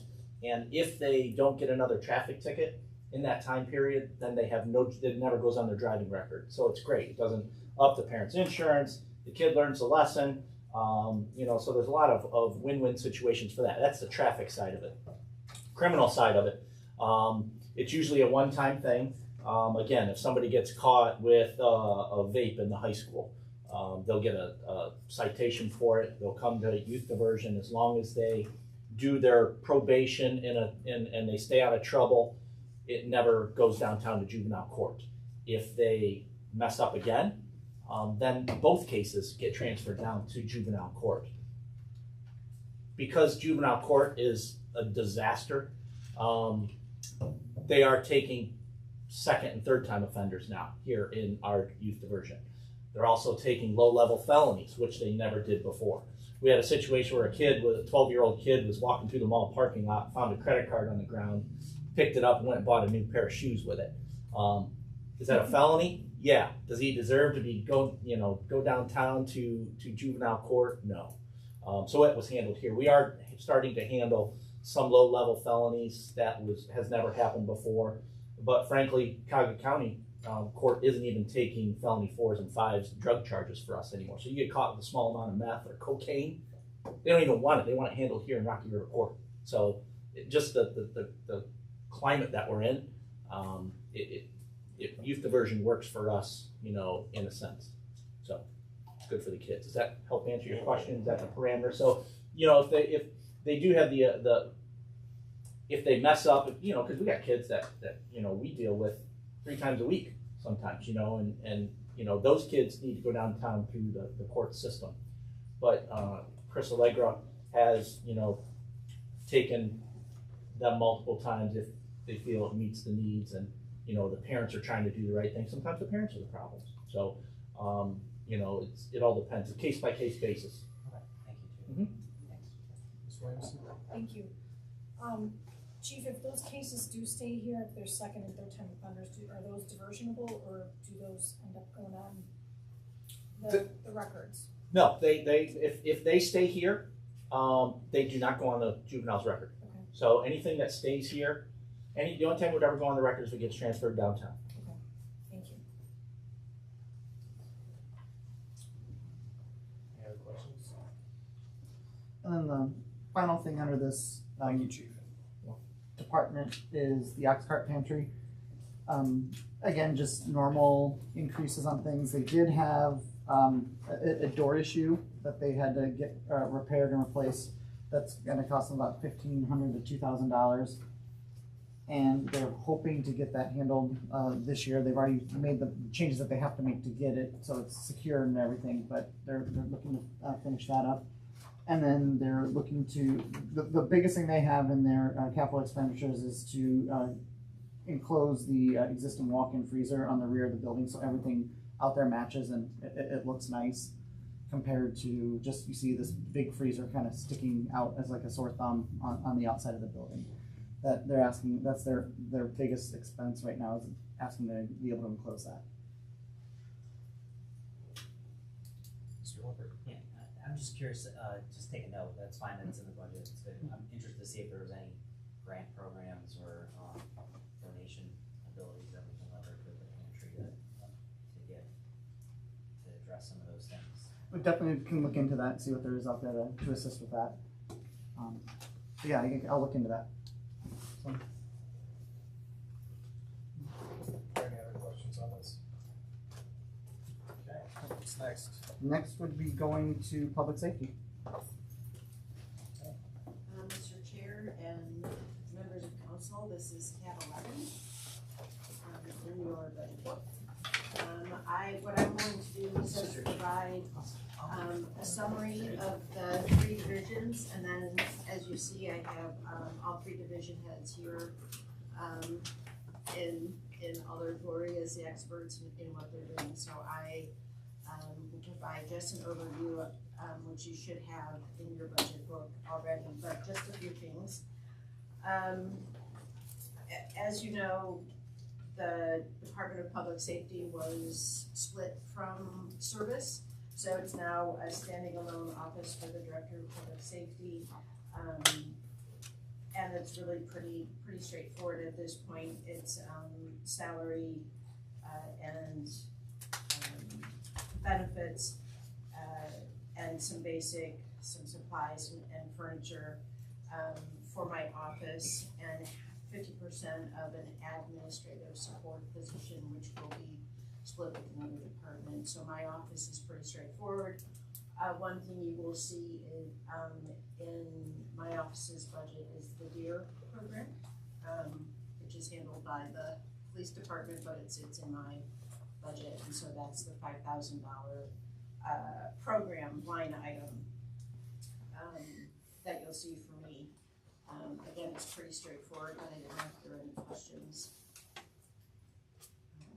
on that part of public safety budget. Okay. Moving forward, just a few highlights, starting with the building division. Essentially, there are no, and certainly the building commissioner can talk in any more detail to this, but by and large, there are no changes or major shifts in salary costs division-wide. Staffing is holding steady, so we're just following that 2.5% increase like everybody else is, but it's pretty flat. I know that there are some projected retirements and changes, but the positions are already accounted for in the budget that is in front of you. We did increase the gas and oil line item from 2021, obviously due to the significant increases in gas and oil right now, which are increasing by the day, unfortunately. And then the other third item under building is computer equipment, which is actually new permitting software. We wanted to make improvements in customer service, and we think that getting a new software program would be more efficient and effective for the inspectors and others when they're out doing their work. You know, if there are any questions on that piece? Could you just briefly tell us a little bit more about this program, or what it does that we didn't previously do? Commissioner. Well, we're Person actually kind of jointly looking at it with planning and development. Currently sewer uses iWorks. We're looking at the possibility of maybe expanding into that. But in general, it would allow, we currently do not have an online presence where you can apply for, I apologize, I'm behind you here, but we currently do not have an online presence where you can make an online application, for example, through the division. So we take online applications like people mailing in PDFs, which has its own it kind of works, but it has its own security issues, et cetera. What we would like is an online portal, where people could go on and literally fill out the applications online. It's kind of all done, it comes in, all 21st century here, as opposed to, kind of email route that we've kind of gone to make do over the COVID problem. That number that's in there is a kind of a placeholder number. It's been in there, I think, since last year, and it hasn't been, I think there was some discussion previously in last year to having to upgrading a program currently using Munis. I think it's kind of shared citywide. Citywide is not necessarily the most efficient. It's more of a accounting program. Forgive me if I say that, but it's not the most efficient program necessarily for building department function as far as that's concerned. But the biggest thing is an online presence. Mr. Scarlett. Thank you, Mr. Chair. Mr. Meyer, does the current Munis offer any type of online application? I mean, if you were to go further in that program. I believe there's a module for it, but the investigations we've had is it's not necessarily a very good module. And it tends to be extremely expensive compared to some of the other options that may be available. It will be, my assumption is it will be looked at. It hasn't been decided. There's other cities that use Munis. Do you know that if they have the online module, to see how that would be working for them? I don't know if there are many cities in the state of Ohio that use Munis for building department functions. Okay. A couple we've talked to have abandoned Munis for building department functions, so we have to find them. And we are having some internal discussions about how we want to best invest, whether it's continue to invest and purchase more modules for departments through Munis, or go to a system like iWorks, which Director Upton has investigated, which is currently being used in the service department. So we're still having those, some of those internal planning conversations about the best route to go between systems. Correct, and there's some, if I can interject, there's some data sharing between sewer and service and everybody here, that if there's a common platform, that's kind of a natural starting point somewhere. And once again, that's a placeholder. I don't think there are any firm that's been in there since last year. I mean, they wouldn't spend anything that's unreasonable, but that's kind of a placeholder number. Ms. Williamson, Thank Mr. you. Lippert. If the goal is to eventually allow the applications to be filed online, I'm assuming that payments will be accepted that way as well? Correct, we would look for that. System? Yes. Okay.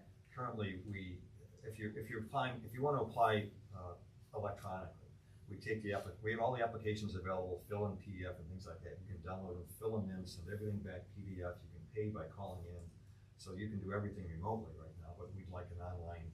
The idea of this would be you could do everything literally online, fill out the forms online, pay online, do everything.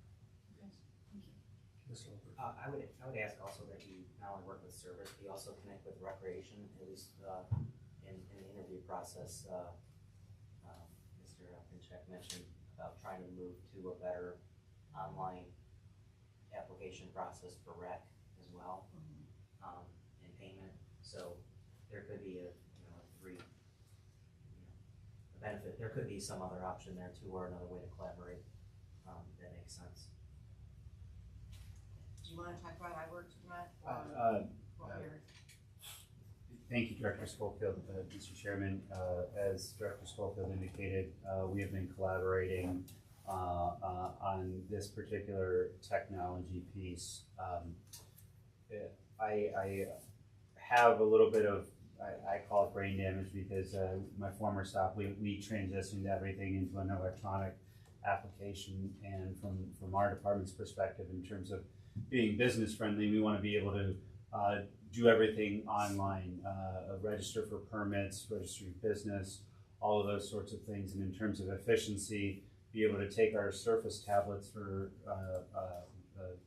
Mr. Grusemeyer's team out into the field, where they can do all of their inspections 100% wireless. It all backs up into the cloud. There's no hand jamming papers. There's no duplication of tasks. It just makes us much more efficient, and it allows us to capture and leverage the data that we have for a lot more purposes. And Mr. Lippert, to your point, the mayor's charge is that we implement technology across the enterprise, so we're more efficient in everything that we do. So really grateful for Director Schofield's collaboration on this particular initiative.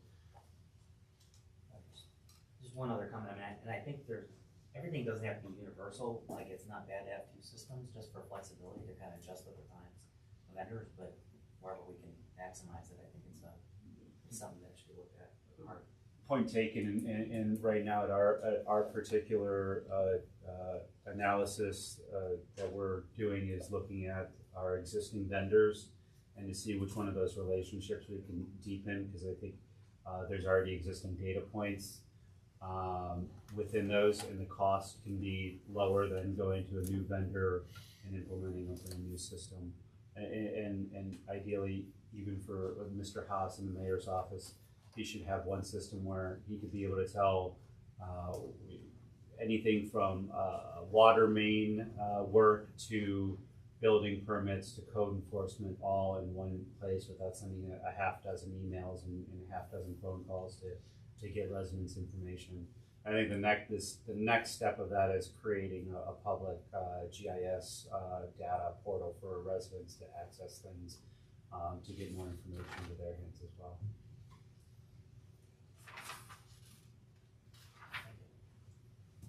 Any additional questions? And then, if not, then I'll move on to a quick overview of the fire division. And as you can see, Chief Shep is here to talk in more detail about his specific budget. But we are planning for, at least right now when I wrote this, 3 firefighter retirements by the end of the year. So that those positions are reflected, those replacements are in the budget.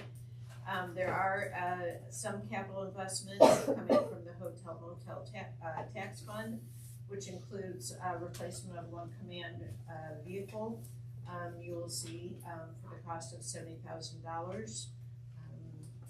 You know, it's what we're replacing is a vehicle from 2004.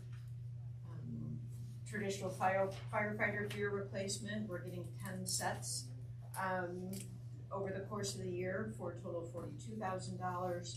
And then similarly, a radio replacement program for $20,000. And then the last investment here is for firefighter gear rack replacement for a total of $18,500. So making some of those capital investments in fire that they need and that the chief has indicated are some priorities that we may happen this year. Any question on those highlights? Go ahead, Mr. Wilson. I just a comment again with, I know we're sticking on these things, but oil and gas looks like it's down 5% for fire. If I'm reading this right, for materials and supplies.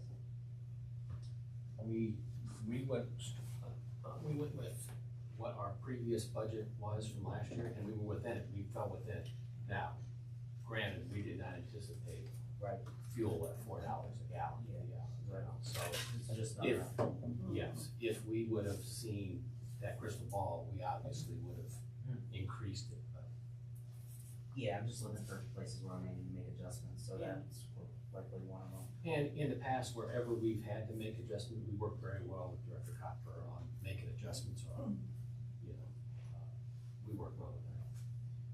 And Mr. Chair, we recognize that gas and oil is a big question mark, and as you said, when we started this process, it wasn't. So I just think we need to look at this. Absolutely, make sure we that are. we pull that all together. I and added see- that to my list. See how short we are. All the utilities could probably stand a revisit at this time. So, Mr. Broussard? Thank you, Mr. Chair. To the chief or the director, can you explain what is a command vehicle, what is it outfitted with, and the purpose it serves? Sure. So, backing up a little bit on this, we have a 5-year capital apparatus replacement plan, and that's where this falls in for the newer members of council and the administration, and we try to follow that. For example, last year we put forward in the budget a new medic unit, and that was done last year. The prior year to that was a new ladder truck. This year, we are asking to replace what we call our command vehicle. It's a SUV that we can establish command post at any incident, whether it be a house fire, a large MVA, some kind of mass shooting incident. And it's used in conjunction with all the responding agencies so that when they respond to the scene, we say, hey, report to command. That vehicle is command, and that's where they report to. That vehicle will have radio equipment, safety gear, the resources so that they can manage the incident scene. That's what that scene is, and that vehicle is. The current vehicle we have is a 2004. We've worked with Tony Ferrella, our fleet supervisor, and we rely heavily, and he does a great job with all of our stuff. But it's time to replace it. It's 2004, and it served its purpose. Thank you. Mr. Cal. So, in the fire, I heard some concerns about possible computer equipment, not being up to standards to be able to hold some trainings that want to be held, maybe projector for doing, if there's any outside sources coming in to do some trainings, maybe be able to go between fire station 1, fire station 2, and that is, do you need an upgrade in some of the computer equipment? Do you need the proper IT stuff to be able to hold trainings? And then, just curious. No, those are good questions. The computer issues that we have, we're using our IT department for our in-house computer things, and by and large, we do a pretty good job. We have we figured out that the actual equipment will work. We made some adjustments to it yesterday. Actually, this happened yesterday. We made some adjustments to it, and we had guest speakers come in and use the equipment and put up a screen. We made the adjustments yesterday. As far as, I would love to do a thing where we can go have trainings at one place and have remote. We found now that COVID has taught us that we can do council meetings, we can have telemed, we can do all this stuff remotely. Happy hour remote. Yeah, you can do all kinds of things remotely. So one of the things that we would like to do, it's something that, actually, a couple weeks ago, I was at Middleburg Heights, and they had a demonstration of a product where they could do that. So obviously, it was too late to put it into this year's budget for that product, but that's something we'll definitely look at in the 2023 budget. Because I would love to be able to keep a crew down there, and if our police department wants to, there's times when we have trainings and we can invite the police department or Olmsted Township or any other agency, and we can just give them a code and say, hey, this is where you go to get it. Is this something, because this is a time to make some kind of amendment or use the GoToWebinar service that we have in the city now? Well, we don't have the equipment. Okay. You have to buy the cameras, and it's like a whiteboard where you can plug things into it, and you can bring up programs and all kinds of stuff. Like I said, I was at this presentation just a couple of weeks ago. Our budget's already submitted, so I couldn't add it in. Well, I'm sure we'd be open to see some type of amendment. Yeah. If Sure, this is something I can that's do more. important to the training and this. Sure. Of our fire department. I'll work with Director Copper and Director Schofield, and we can probably come up with something in a relatively short order. So to that point, I don't want to nitpick on small things too much, but on our contractual services for travel, we go from our pre-COVID years of about 5,000 to this year being almost 18,000. Schooling again, just under 10. We're now going up to 35,000. So are we doing new things for training or sending people somewhere? We're going to try to reestablish some of those training programs. We quit going to FDIC because of COVID, and that's part of the things that we do. Sending people to training is a big priority for me so that guys can learn what they need to know. So with COVID, we sort of shut that down. And places weren't even doing training. So now the training avenues are opening up, and that's why it's reflected in the 2022 budget.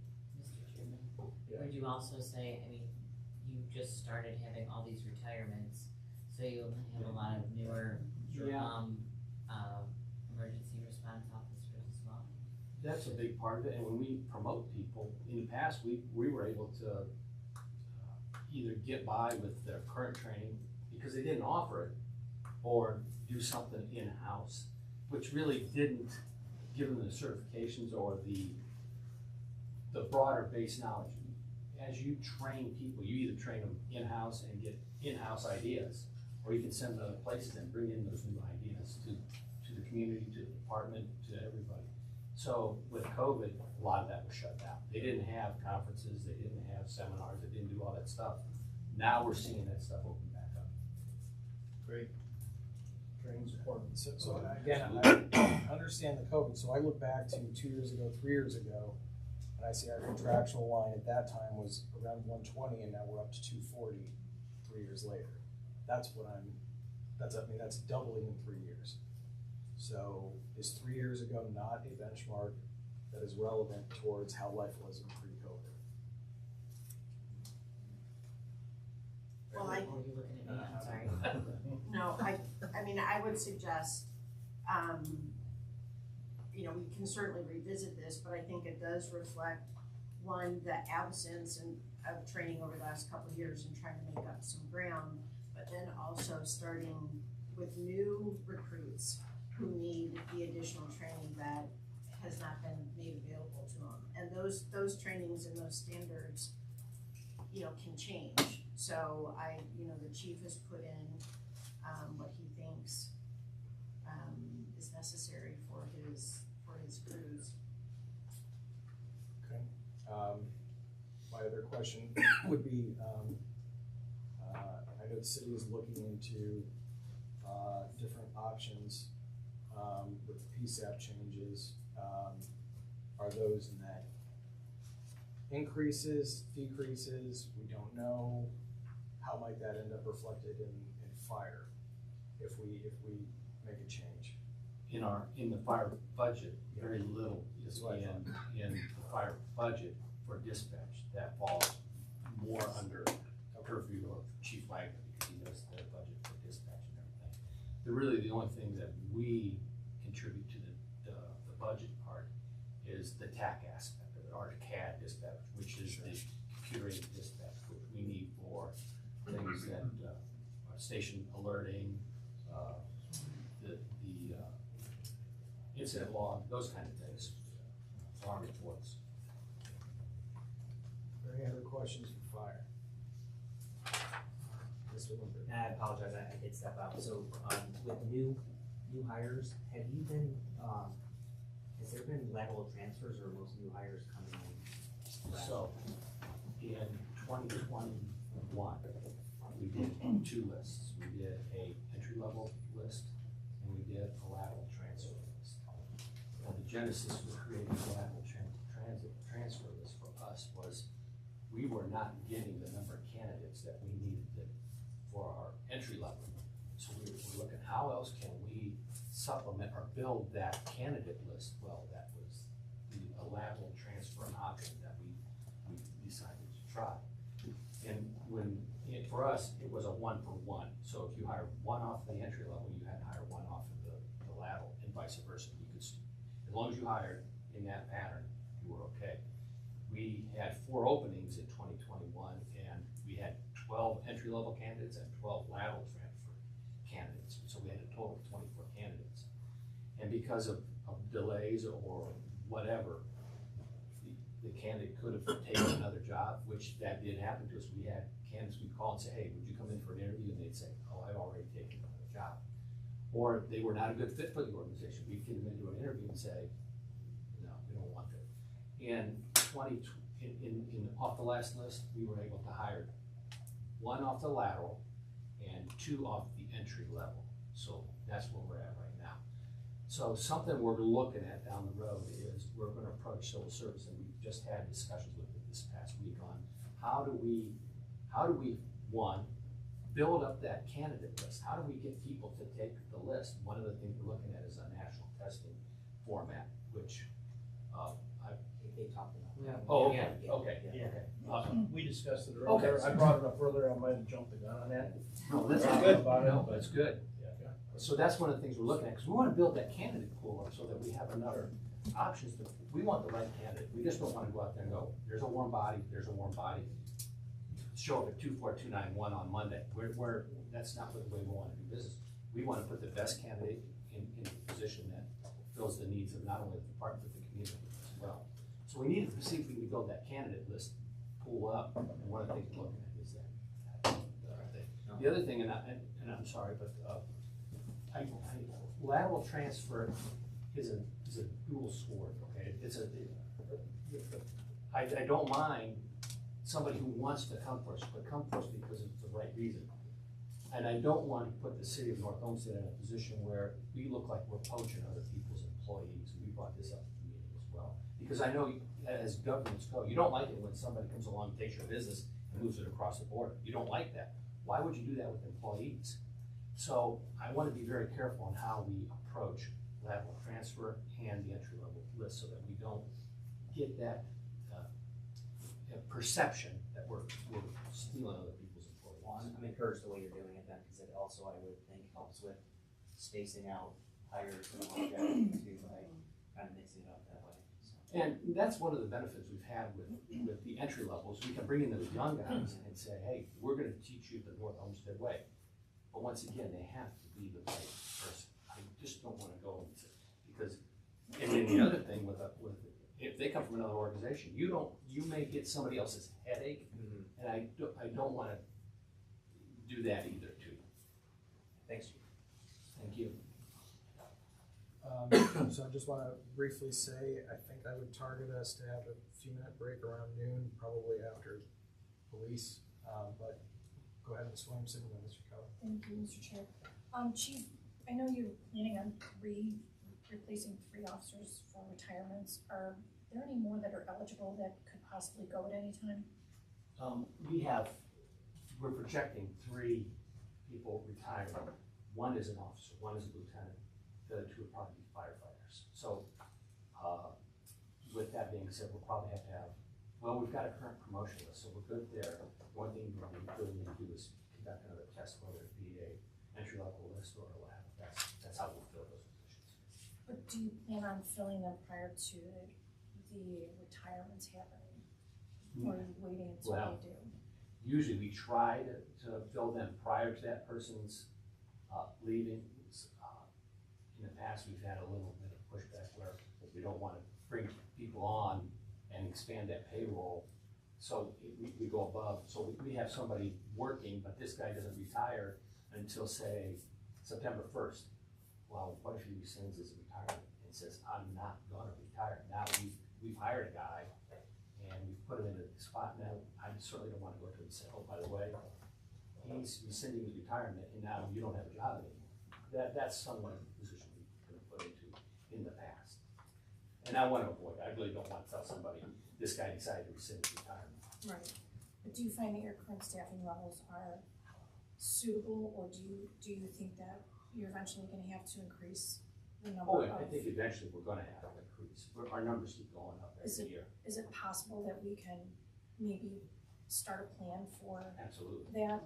And I'd like to work with the new administration on that plan. And it's going to be in collaboration with our bargaining group as well. Okay. Yes. Sooner than later? Yes, we'll talk. I'm sure we're going to talk about it again. Probably after we got some priorities right now we got to deal with, but I'm sure that'll come right to the top. I would definitely like to see absolutely. an increase, Yes. by next I year. would too. Yeah. Okay. So piggybacking on that, that's where I was going. So currently, you're at what, about an 8-man staffing? Our minimum staffing is self-imposed at 8. So for the new members of council, we operate with 2 fire stations, one on the east end, one on the west end. The staffing levels, we have 3 shifts of 13 each. And the way the organizational structure is, you have one chief, 3 captains, 6 lieutenants, and then 10 firefighters, of course. And then we have 2 in the fire prevention bureau. So the stations are manned 24/7, 365. And if staffing allows, it's staffed a minimum of 8. We keep 5 down at station 1 and 3 at station 2. If staffing allows us to go to 9, we go 6 and 3. If staffing allows us to go to 10, it's 5 and 5. And on the very rare occasions, if it allows us to go to 11, it's 6 and 5. I don't think we've ever been at 12, and obviously we would never be at 13 because of the rotating schedule. Well, somebody's always off, okay? So that's the staffing levels that we're at right now. We put minimally 8, 3, 5, and 3. So to continue on that, is there a plan to work toward having a 10-man minimum staffing? That's my goal, is to get us to a 10-man staffing, because with a 10-man staffing or 10-person staffing, we could put the captain who runs the shifts, and he's the guy that runs the everything. And right now, the way we use our captains, we use them more as a company officer, which for those who are not familiar with the fire service, company officer is just the guy that rides in the truck and runs that crew. Well, we use our captain mostly as a company officer rather than a shift commander. In my eyes, he should be a shift commander. He should be running the shift and let the lieutenants be the company officer. And then those guys ride in the trucks. We put the shift commander or the captain, he runs that command vehicle 24/7, and he runs the day-to-day operations of the fire department. He doesn't have to worry about starting IVs or grabbing hose line, and that's where we're at right now. Now, in the days past, that might have worked because we weren't that busy. We're getting to the point now where last year was our busiest year ever. We were at 4,774 calls, which is a 5% increase over 2020, and 2018 was the busiest year ever, and that was 5% over that one. So I see us continue. The trend lines for the last, since 2013 are this way. It's not going this way, and it's not going this way. So at some point, you're just gonna keep hammering the staff till we can't respond to the calls. The other, Yep. Oh, yeah, and then the other part of that is mutual aid is a good resource when you can't answer it, but at a certain point, it's gonna come down to, they're busy too. They're not gonna be able to answer mutual aid, and we're not gonna be able to go mutual aid because we're busy too. So at some point, this is all gonna sort of crash down, and I don't want to make it sound dramatic or anything, but they're busy, I can't get them. The dispatcher's gonna say, I'll try them, they're busy, I can't get them. Oh, I have to go out here and get them. We all gotta try to get those staffing levels to a point where we can adequately and efficiently is a big part of it, respond to the calls. I want you to get to my house Right. quick. Right. Yeah. So, right. Yeah.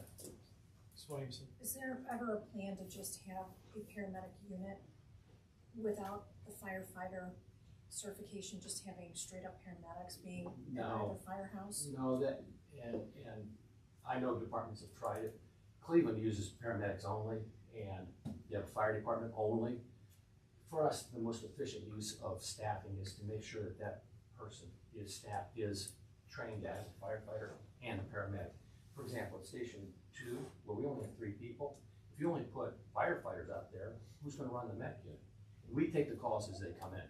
So if it's an EMS call, they jump on the med unit. If it's a fire call, they jump on the engine. So to have them put only an EMS crew out there, only a fire crew out there would not be an efficient use of the staffing and the people that are in place out there. Okay, thank you. And I would just add, if I may, for both police and fire is, again, I think we went kind of flat with this first budget, unsure of exactly what we're gonna need, but we are looking at plans for succession planning. How do we plan farther out for possible retirements? How do we plan farther out for just adding to the force? So all of that work is coming over the course of the rest of this year so that we can be better, prepared to add to the force if need be. Any other questions on fire? Okay. Thank you. Moving on to Thank you. police. Thank you, Chief. A few things here on police. Again, planning for some retirements or resignations. We are looking right now, we're continuing to hire this year, but we're looking to add 5 more positions that are currently available in the civil service budget. We are at 43 sworn officers as of today. As the Director Kidd mentioned, we had a retirement earlier this week. Additional capital investments here from the hotel motel tax fund include safety supplies and weapon replacement program. These are weapon sights and holsters for $47,000. This happens on a regular scale, and certainly the police chief can talk more about that. And we're also switching from 40 caliber to 9mm ammunition. As I said, a 10-year rotation that was actually due last year, but we pushed off because of COVID and uncertainty still, but it's in the budget for this year and is needed. Next is police fleet vehicles. This was in front of committee last week and was voted out. This includes 3 marked police cruisers and 1 unmarked cruiser. As you may be aware, and certainly for the new members, the division replaced only 2 marked units, which means in the last year, which means that they're getting higher mileage, they're getting older, and they're running their engines long. There's a lot of idling in law enforcement, kind of sitting there, so there are a lot of engine hours on these vehicles, and so it's time to kind of start replacing some of them and make up a little bit of ground over the last couple of years. And then lastly, we're adding 18 new license plate readers through the Flock LPR license plate reader camera system. These will be placed at every entrance and exit point to the city for just under $50,000 there. And what this does is complement 45 other cities in the area that have over 600 LPRs in place. And so that'll allow us to access the entire database of these LPRs. And so again, that's adding capacity to law enforcement as to what they can do, and kind of brings us up to speed with some of our neighboring communities. So those are some highlights from police, and certainly Chief Wagner is here for additional questions. Mr. Lippert? I just had a quick question. The license plate readers, we don't have any of that functionality from the traffic signalization project that we did at the main intersections. There's no meters there, are there? So Dave Dunneline in the service department has cameras that they're able to view. Currently, those cameras are not on a DVR system, so it's not being recorded. Okay. Would I love to see that technology and just add a server and have that recorded down the road? Absolutely, because that will only help us out. You know, we had a situation last year where there was a girl at Columbia Lorraine that said she was hit and run on her bicycle, and if we had cameras there, we would have been able to, whether that really happened or whether, you know, it didn't happen, or whether we could have an idea of the suspect vehicle and so forth. Now, so those aren't recorded. I'd love to see a server put into where they are. Now, we do currently have 5 or 6 license plate readers that were through a grant from the county that we got for free. They're a wealth of information for us, and let me be clear, these license plate readers do not tell us that Nicole Daly Jones was driving, you know, by Great Northern in Lorraine at 10 o'clock in the morning. Yes, right? Speeding, mind you. So it does not give us personal information on the car. Now, what it does allow us to do is to say, hey, we're looking for specific license plate ABC123. We can call it up and see if that hit on any license plate reader in the county system. This Flock system is a little different, and I'll get into that. However, we can look for a make and model of a car. We can look for a specific license plate and so forth. So we can, if we're looking for a white Volkswagen, white Volkswagen Jet that committed a robbery at Giant Eagle, we can look for that information. Now, once we find that and find the picture of the car, then as a normal investigator, we would run the license plate and get the owner operator information. So we don't get a whole database of names and stuff like that. That's not how it works. It gives us a picture of the car, picture of the license plate, and so forth. And we do our normal course of investigation from that. Now, the Flock safety system is huge. It's grown, it's blown up in Cuyahoga County. Like the safety director said, there's over 600 that are in now or will be in a very short amount of time. Mentor had one where they recovered a missing little girl, and the Mentor, it was a great quote by the Mentor police captain at the time, and he said, we spent $50,000 on these license plate readers to put them in, but they would have been worth $1 million because we recovered a little girl today. Brunswick just had one where they had a stolen car just 3 days ago, and it turns out that he had a bunch of stolen merchandise from Giant Eagle. These things are helping police solve crimes all over. And when we go with the system, we have access to all of them, not just ours. The number that's in there is the number we have quotes for 18 that goes in and out of every entrance and exit to the city. However, we're hoping that we can cut that number down a little bit, only because North Ridgeville's getting them. If North Ridgeville puts them in, we don't need to put them in double, we don't need to do that. So that would maybe save us a little bit of money down the road. So that's what we're hoping. But they're a wealth of information. They work and just help the officers do their job, a lot better. Yeah, Mr. Chairman, I did speak to Mayor George from Lakewood, who installed 40 of the flock cameras last fiscal year.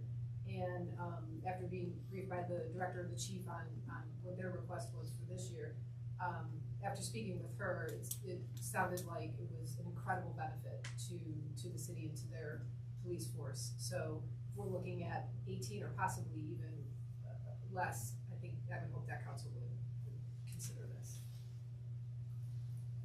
That's what I'm saying. Thanks, Mr. Chair.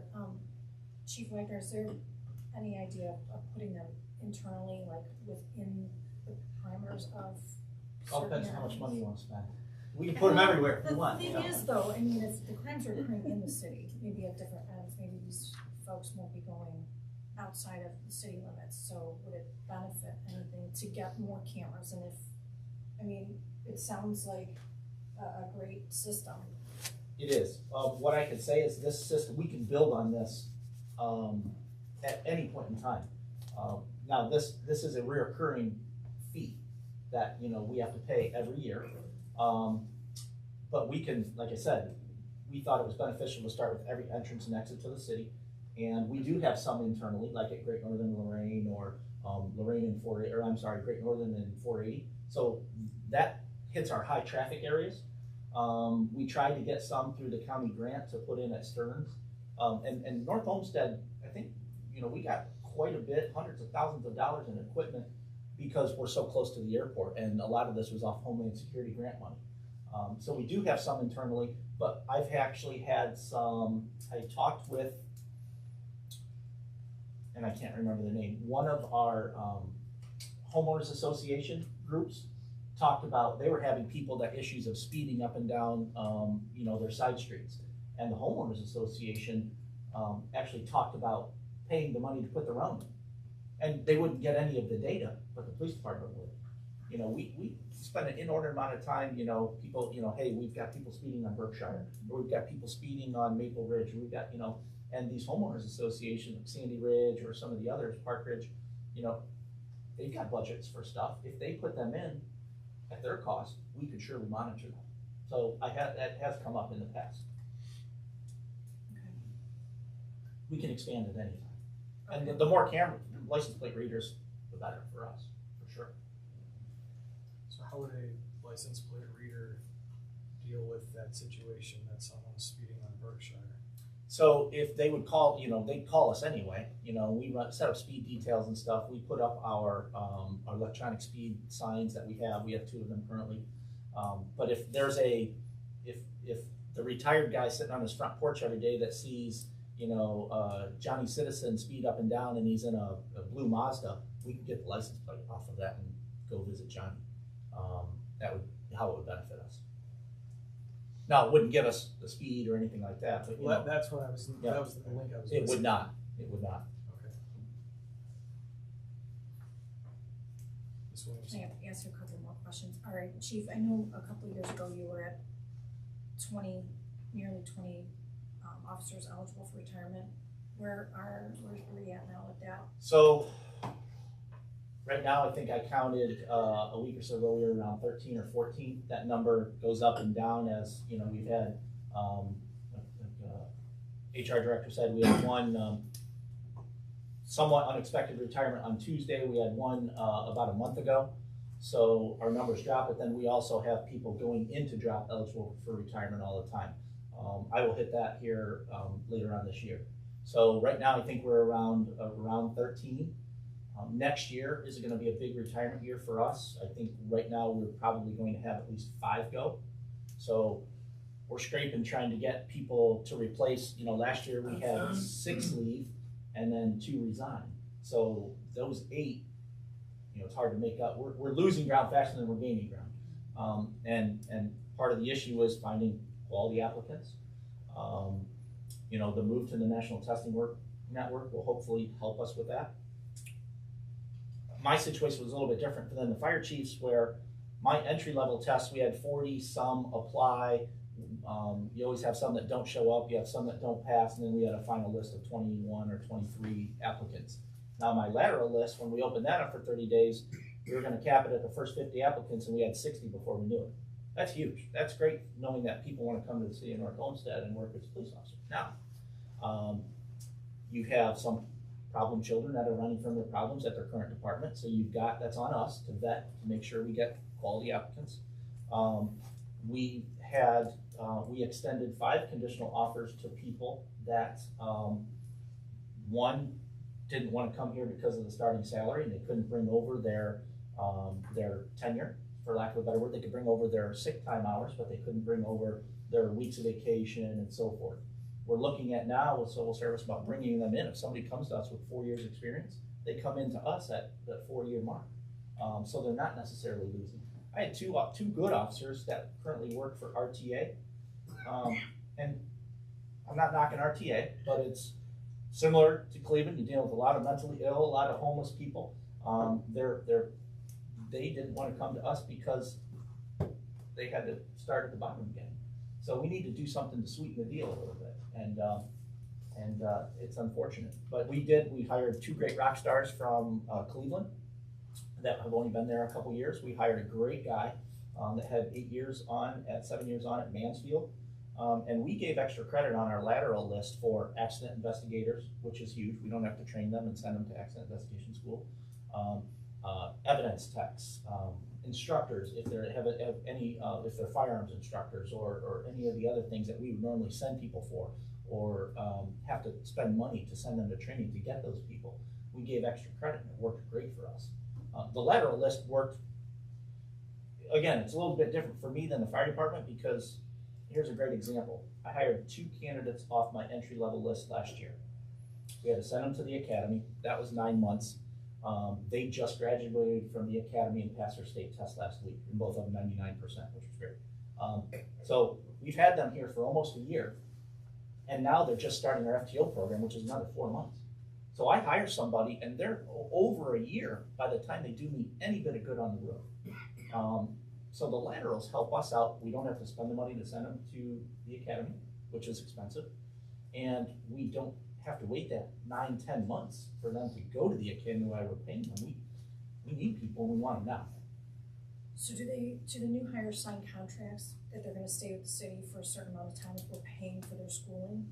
No, not currently. Is there a thought to doing that? We actually talked about that in the past. Cleveland just started doing that. So if an officer goes through Cleveland's academy currently, and this is new because with the climate going on, everybody's running out of Cleveland, and all the suburbs are picking up their good officers. So what Cleveland started to do is they're hiring new officers, and if you leave in, I think it's a 5-year tier, so if you leave in the first year, you have to repay them $22,000 for the academy. And then it drops down to, drops down to eventually it's nothing, and you can leave on your own free will without being held hostage, for lack of a better term. We actually brought up the other day about, if we've got a good officer from Cleveland and he owes them $5,000 if he leaves, does the city think about picking that up? It's cheaper than the academy, So, I mean, there's things that we're thinking about. I will tell you, and this speaks volumes to our city, everybody right now is doing lateral transfers. Everybody, not only here, nationwide, Every police department is trying to hire and is lacking in staffing, and this isn't just a North Olmsted problem or a Cuyahoga County problem, it's a nationwide problem. Nobody wants to be a policeman anymore. When I was taking tests, you would take a test, you compete with 200 or 300 people. Councilman Kelly, you know, there was 200 or 300 people for one job, sometimes no jobs. Now, an officer can literally pick and choose where they want to go, when they want to do it. If they don't like it there, they'll job hop to over here. It's almost like the private sector. They can go to any police department anywhere they want if they're a good officer. I will say that in the climate that we have right now, knowing that people can pick up and go anywhere they want, I've had nobody leave, not one. And I'm not gonna win when I say that. Not that they can't. Westlake just opened up Lateral Transfers. Westlake pays a lot more money than we do. They just stole a rock star from Fairview Park. There's 2 more that are on their list that they may steal from Fairview Park. Not one of my employees applied to go to Westlake. So, Mr. Kelly, so we talked earlier, before you guys were here, about maybe the laterals coming in at a higher rate because of the problem of them coming in at the bottom rate and they're taking a big cut in their salary to come here. So we had that discussion a little earlier, right in the beginning, and hopefully we can work that out. I hope so. Yeah. Where that hurts, and it really won't affect many of my employees. I picked up a fantastic female from Buckeye, Arizona. She worked there for 7 years. She was a SWAT officer. She was involved in 2 officer-involved shootings. She's got her head on her shoulders where she took our entry level. We encourage people, even our laterals, take our entry level and our lateral. Put your name on both. It doubles your chances if you really want to come here to work. She got hired off of our entry level. She's got 8-9 years of experience as an officer, where she's still at the bottom, you know. But again, you can't make everybody happy in any situation. But that's a great thing if we could do that. Good. Ms. Williamson? I won't keep you long. I might be lying. No, I'm just kidding. Is there a plan though? I know that it's been really difficult to get officers into the department, but is there a plan to maybe overinflate your numbers right now to accommodate for like last week's retirement that was completely unexpected from what I hear? Almost completely. Almost completely eligible, but not expected to go now. But is there a plan to kind of have the staffing overstaffed to? So to answer your question, yes, 100%. So the administration's been great, and even when I first took over, if you remember, now that we're on 12-hour shifts, police department to function with all of our holes filled, and when I say holes filled, you got to think about too. I've got an officer, a female officer right now that's on light duty because she's pregnant. She's one of our full-time officers, counts towards our number, but she's not doing us any good right now. But she actually is because she's helping out in dispatch. She's not able to work on the road. I've got another officer that's out on felony indictment. He's still counting towards our number. And we always have officers that are injured or, you know, out sick or whatever. But to have all of my holes plugged, so to have, in a perfect world, everybody's healthy, everybody's working, I need 46 people, the way our department's currently set up. The administration allowed me to hire to go to 48 to have those extra people preparing for the future and retirements and so forth. And where that helped out in a huge fashion is this. So the 2 people that I had, one was assigned to HIDA, which is the regional task force. And we get huge amounts of money in return from drug seizures because that's all they do. Hotel, motel, drug interdiction, and so forth. What was great is I could pull him from HIDA and stick him in a spot if something happened. So you've got the more extra people I have, the more I would pull down. My canine guy wasn't assigned to a shift. I let him create his own shift and work, you know, he'd work some days, he'd work some nights, he'd work when it was busy. And I could, if I said, hey, I got a guy going to school next week and it's gonna cost overtime, or I got somebody out sick, I would take these guys that aren't assigned to a shift and plug them in, and our overtime was the lowest it was in years. So having those people in reserve, I call it reserve, is huge for us. It allows us to do more drug investigations, more community service programs. I mean, when you've got people where, yeah, I really would like to send you to this school, but I gotta worry about my overtime budget. You know, we would plug those people in, and it allows us to really open things up. So yes, and we've talked, the allowing me to hire more is absolutely in the future. We just gotta get there. What are you running minimum staffing per shift? 6. Is there, okay, and that's low. Mm-hmm. Is there a plan to increase that number? I mean, that minimum number should be, for a city our size with all the issues that everyone's having. So you gotta be careful about putting a minimum on it, because, you know, the union, now I'm telling you right now, would love to see a minimum in the contract. You know, you gotta be careful, because then, if, with their overtime off right now, see years ago, when you were down to minimum staffings, you either had to find your buddy to work for you, or you didn't get the day off. I mean, there's times where you worked Christmas when you got kids, and you missed birthday parties, and this, that, and the other. Now, these officers have the ability to overtime off and guarantee their time off at any point in time. And where that changes is, now when we're filling shifts with overtime because of our manpower, all it does is when we're down to minimums and they can overtime off at any time, it creates more overtime.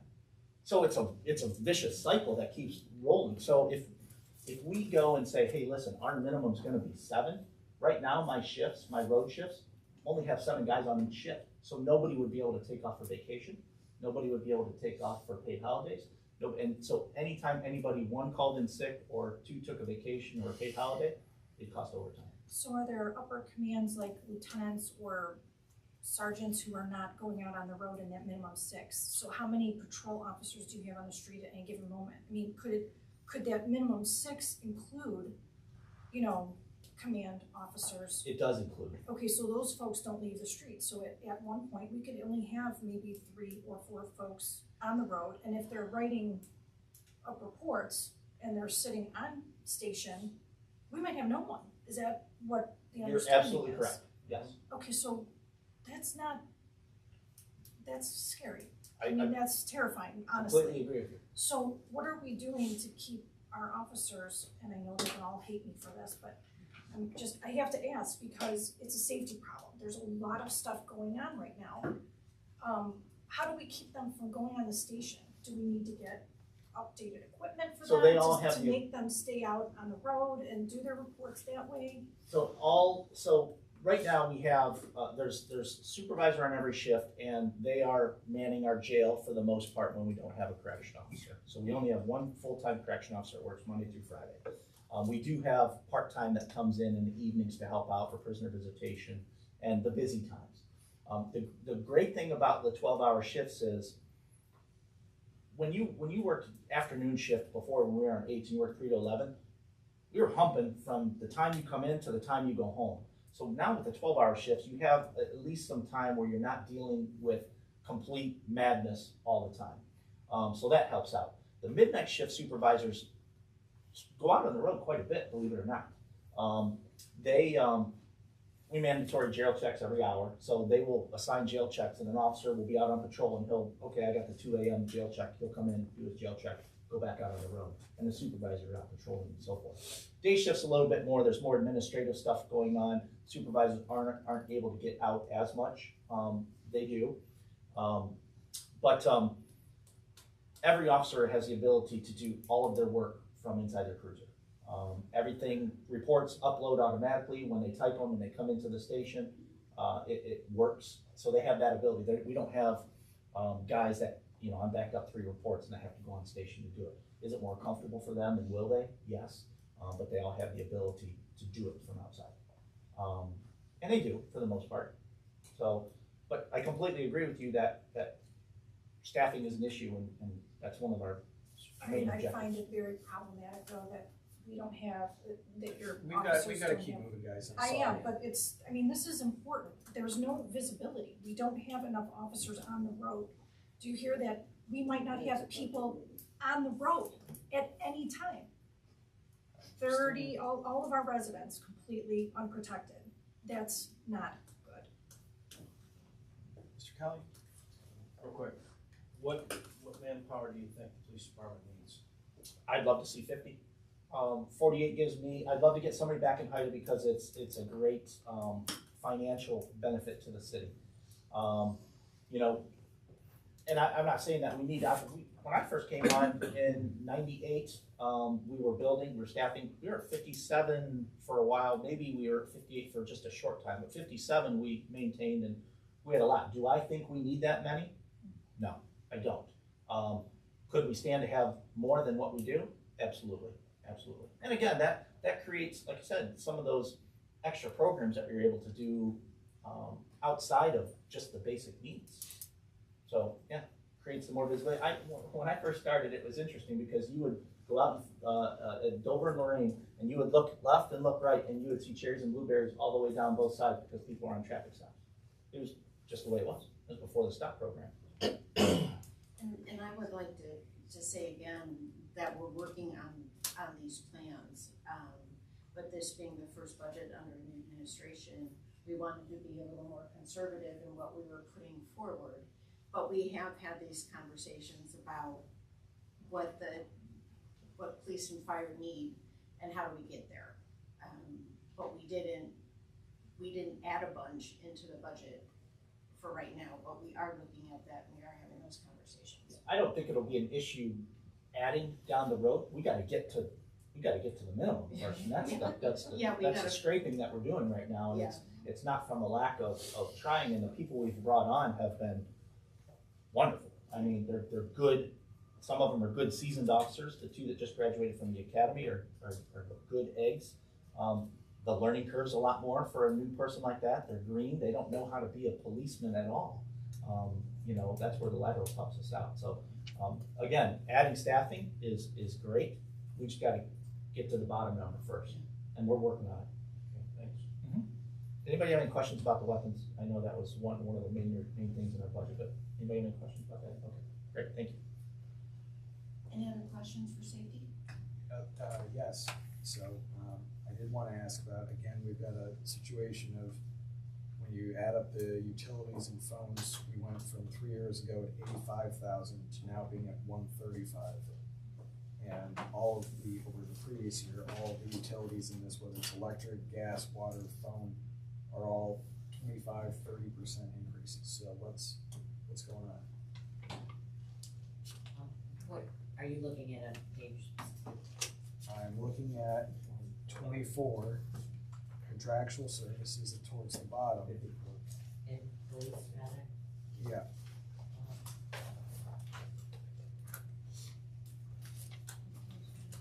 It's page 24. Yeah. Yeah, I don't know. I'm sure. But we'll look at it. I'm sure it should be more than 85 from 3 years ago. I'm just not sure 135 is the right number. And to the point, this is more of a budget discussion. That's a quarter or a half a position's worth of money. So if we don't need it there, we'd rather spend it somewhere else. So. Correct. So we will add this to the overall list of what we're going to go back and re-examine and see where we can perhaps reinvest that in something else. Or if it's right, understand it and make sure that we're covering everywhere else that is wrong. So move over to oil and gas somewhere else. Electric police cars. That might work out, maybe.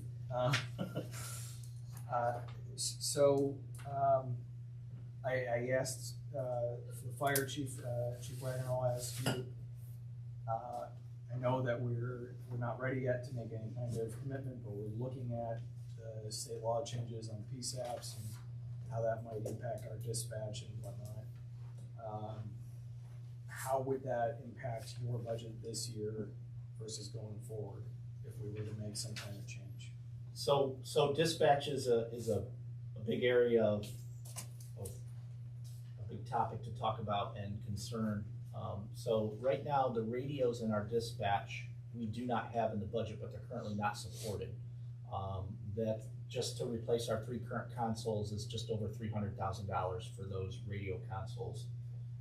We don't have them in the budget because there's talks about potentially regionalization and so forth. Now, how much is that going to affect my budget? Not a lot, because even right now, as most of you know or don't know, we currently dispatch for North Homestead Police and North Homestead Fire, where most of the cities around us are not like that. They dispatch for their police department, but Westcom dispatches for their fire department. They do fire departments only. North Homestead does North Homestead Police, North Homestead Fire, and then this last year, back in August, if you remember, we took on Fairview Park. So us bringing Fairview Park on as a partnership has worked out for them and us. It's been a staffing issue for us a little bit, but the partnership has worked out. They're happy with the service they're getting from us, and that was a huge move for us. Now, one of the reasons we tried to take on Fairview Park is because, as you know, these requirements through the county and the 911 PSAP monies is if you're not dispatching for 5 agencies, you're going to have to start paying your 911 support all on your own. So we had envisioned maybe bringing on Fairview Park and then picking up Bay Village and Rocky River and you know, Westlake at that time was non-committal about what they wanted to do, and but now, you know, we've visited Chagrin Valley Dispatch. We've been talking with Westcom. Strongsville also has a regional dispatch, and there's a lot of things that come into it. But just to answer your question, it shouldn't affect our budget very much at all. If anything, we would hope to save a little bit of money. North Olmsted wouldn't see as much of the savings as some of the other communities because they're grossly overpaying with Westcom and their fire dispatch. However, I think we would stand to save some money. And Chagrin Valley is one of the options. You actually have to buy in and you become an owner. So every mayor has a voting right in that. And the money that we would need to spend on our radio consoles alone almost covers the buying cost. So I really don't think it's an issue on the budget at all. Okay. This is a larger question than I mean it to be, but you know, we're talking about potentially expanding the department, but one way to address this is also to decrease demand, so to speak. So are the license plate readers or anything else that we're doing or could be doing that would help with the allowing for you to better manage the demand of police action? So much of police action, as you know, is reactionary. Right. You know, we've been getting killed recently of these catalytic converter thefts again. The price of rhodium must be through the roof. And it's not just North Olmsted. It's not just a North Olmsted problem. Again, it's all around the area. We did arrest, we had 18, I think, of them taken from the storage facility on the west end, and we just made an arrest on that the other day. We arrested the female at the North Ridgeville Motel 6 or 8 or whatever it is down there on Lorraine Road. We arrested the female. We had video of her in sheets, and she was dropping off her husband, and we'll have charges on him. We don't have him in custody. He took the back off to Michigan. But they gave us good intel on where they're turning them in at in Cleveland. So, you know, a lot of stuff we do is reactionary. There's been studies that routine patrol doesn't decrease crime, but listen, your residents got to feel safe. They got to see officers out on the streets. So staffing is an issue not only for police but for dispatch as well. I'm having a very difficult time finding people that one, want to dispatch, and two, that can do the job. It's not an easy job to do. I told, I don't know if it was the safety director the other day, my last 2 dispatch hires are 18-year-olds that just graduated high school. Yeah. If that doesn't speak volumes, like, that's how, I'm not saying we're scraping the bottom of the barrel, because both of these got their head on their shoulders. That's a big responsibility for an 18-year-old that just graduated high school. You know, this is what we're dealing with, and the problems that, you know, we're trying to. Dispatch is tough, you know. You got these regional dispatch centers that are paying several dollars an hour more than what we pay, and you know, it's a contractual thing, and they're going there. They're able. It's just like police officers. They're able to write their own ticket and go. So it's a constant battle. And I would say too, as part of my role as Director of Public Safety is to help, help generate partnerships and ideally some funding to help with the prevention effort too, so that it's not always reactionary, and not always dependent on the high cost of the technology and everything else, but that we can start doing a little more prevention, and bringing in some additional resources to help with that. If I could, I will just real quick. When the NBA All-Star Weekend was in town a few weeks ago, we set up a prostitution, undercover prostitution detail in conjunction with the FBI, and we arrested 14 girls in a matter of a few hours and 2 nights. So that's proactive stuff that we're continually doing. And some of these young rock stars that I picked up from Cleveland, you know, the reason they left Cleveland is because Cleveland, under their consent decree, they just aren't allowing them to be policemen anymore. They're telling them to go out there and sit there and do nothing because all you're going to do is get yourself in trouble. We interview these guys, they're young, they're active, they go, we want to be policemen. That's why we joined the force. That's why we did. We came out here and these guys are making arrests. My officers have taken more guns off the street in the last year, last 18 months, than they did in the last 18 years combined. I mean, everybody's got a gun now. It gives me chills just thinking about it. It's unbelievable. And now, as you know, they just changed the concealed carry law where you don't have to even get a license anymore. You don't have to have any training anymore. So now everybody's going to be carrying a gun, and the good guys that have guns we're okay with, right, Pat? I mean, those guys don't worry. But when you can go, and as long as you're not a convicted felon, go out and carry a gun around and not have to tell the officer when he walks up to you on a traffic stop, and, you know, game's changing for us. It's a different world than it was 20 years ago or 40 years ago. Sorry. Any other questions for police? That's pretty accurate. I know. As I scrape Pat off the floor. Okay, I guess is there anything else? No. Okay, thank you. So let's reconvene in, I don't know, 5 minutes. There's donuts, there's bananas, there's some cider water in the hall. If you want to volunteer,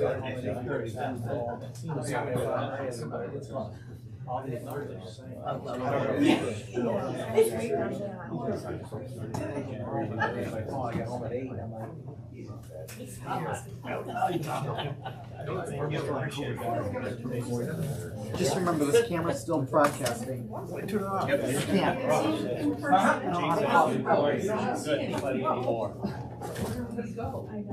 We have so many new hires. They're maskless, I'm like, oh, that's your issue. Yeah, great cash crop right there. I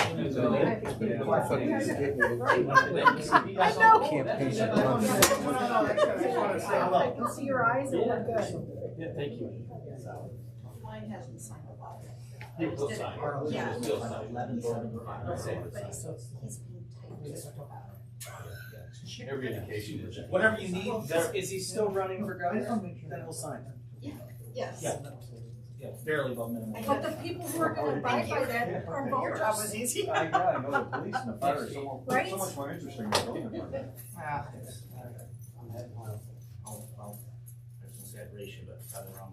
Guys, just remember, hey, the camera's still broadcasting, so. So don't say that I won't say that. again out loud. The 40 years, I shouldn't have threw Pat under the bus like that. It's memorialized on video. Yeah, House County. Busy. Is it? They're back to full force, right? Oh, we've been running. How are you? Since probably a month after COVID started. You know, after everybody went back in, it's been nonstop. Yeah, good. Mm-hmm. That's good stuff. You need anything? Thanks, Chief. Okay, thank you. All right. Good luck. I know you gotta stick around for a little bit, yeah. Yep, have a good rest of the weekend. Yes, yes, yes. Thank you.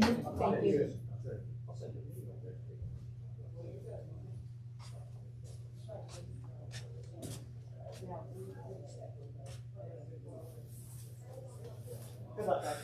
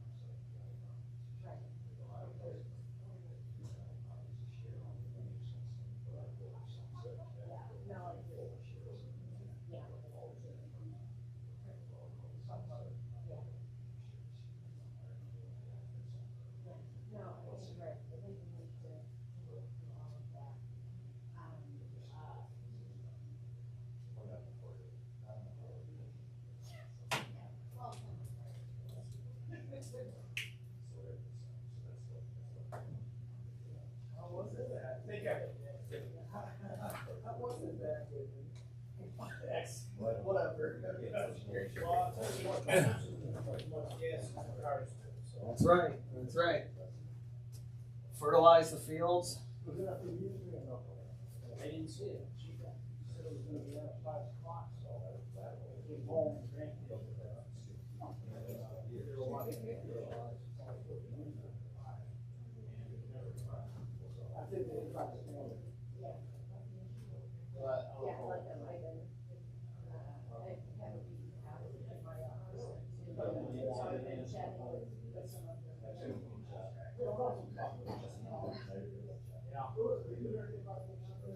No, but I read the story.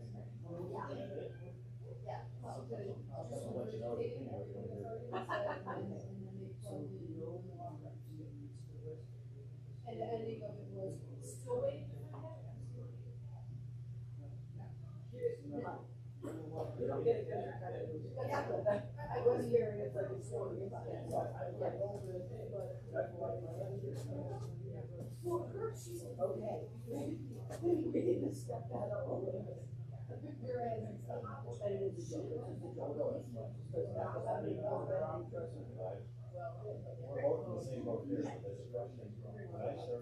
Yeah, but like, you don't know that 19 is allowing.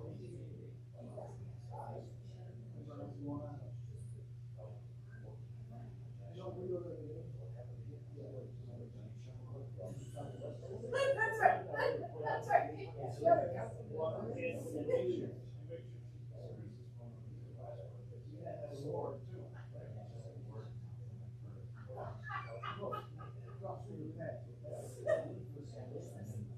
I heard the ward one.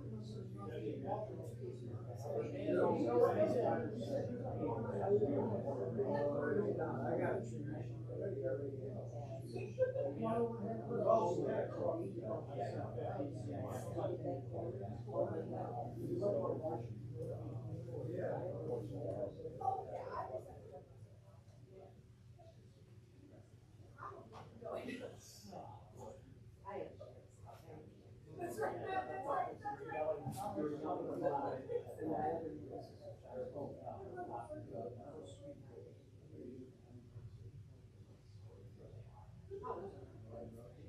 Yeah.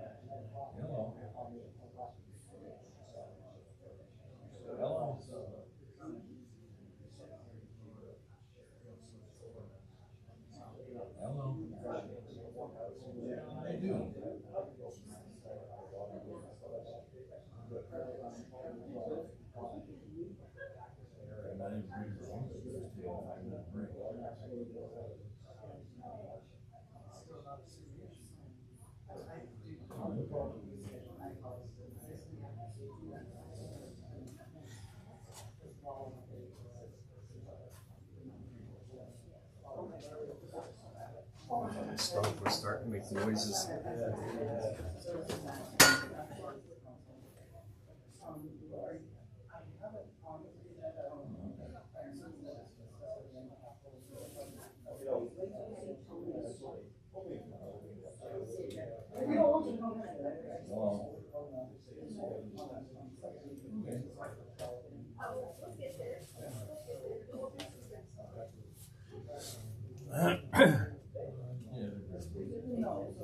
Thank you.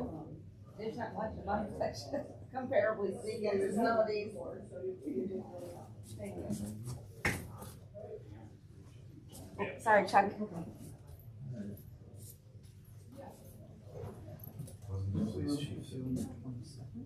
You can, no, I don't think they're coming back. Oh, I know that. Or Yeah, if people, you can if sit there's a there. lot and you Yeah, want that's more- fine. Hey, Zabo. Alright.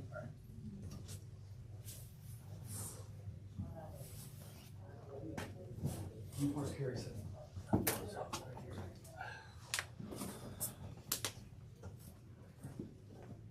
How you liking that retirement? Well, I'm loving it. Good.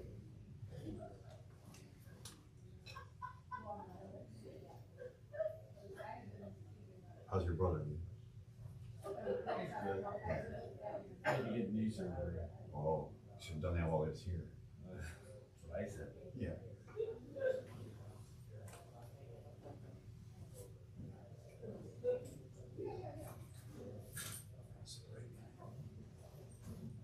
Don't judge me. Don't judge me. It's lunchtime, you guys are taking your time. Get some real food in you. Exactly. Alright, this thing is bothering me. We made all those. Sneeze guards. Yeah, the police department. They came to me and they said, "Can you make a sneeze guard?" I go, "Sure, I'll make a sneeze guard." And then we made like 7,200 sneeze guards. How many do we? A zillion. Oh, Oh, yeah. 5 minutes ago? Get people back in, yeah. And plexiglass is a hard get. Yeah. I got all mine from House of Plastics.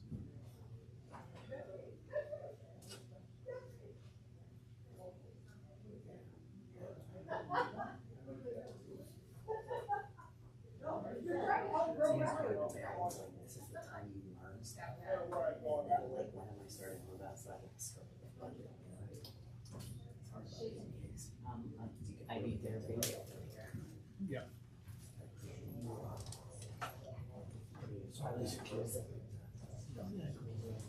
Yeah. I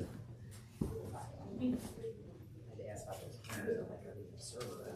It's not the server.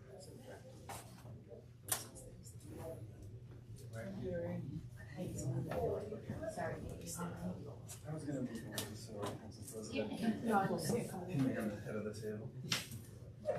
I know, we saw you up there, but and I was laughing, I was like, where were you Yeah, they working would when I be was doing coming that, in? yeah. Sorry, man. It's okay. Hi, Terry. Always like to go spot those guys. Everybody loves Tony. Yeah, right. Everybody needs to If they had the time. There you go. Hi there. How are you? Good thing. Good morning. Or good afternoon. Great way to lose your dude. However, Still feels like morning to me. How you doing? Hi, hi.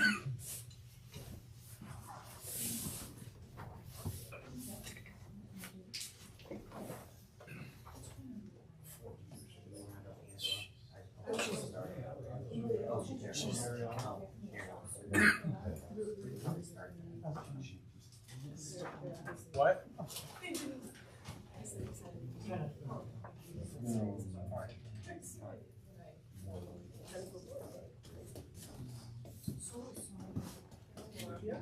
And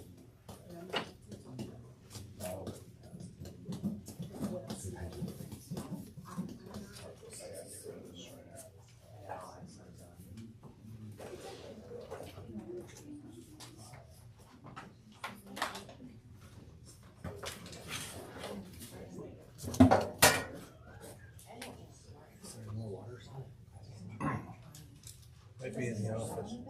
There's something in the fridge. that would be nice.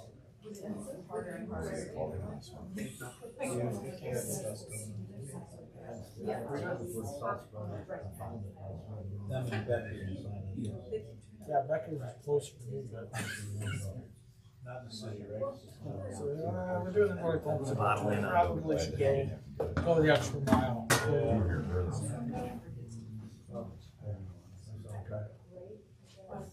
Yeah, you went over there. I was at the bank. When I went to the bank, I seen you already here. So why don't you call Chad? Channel 19 and get your side of the story on it. I'm still.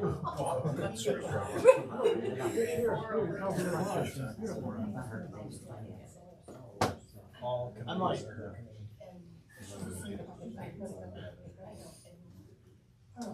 Is she going over there?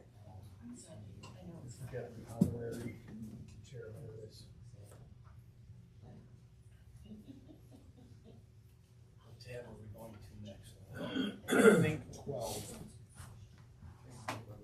Service. All right. So Chuck tells me service is up next. Is that correct, Chuck? Yes.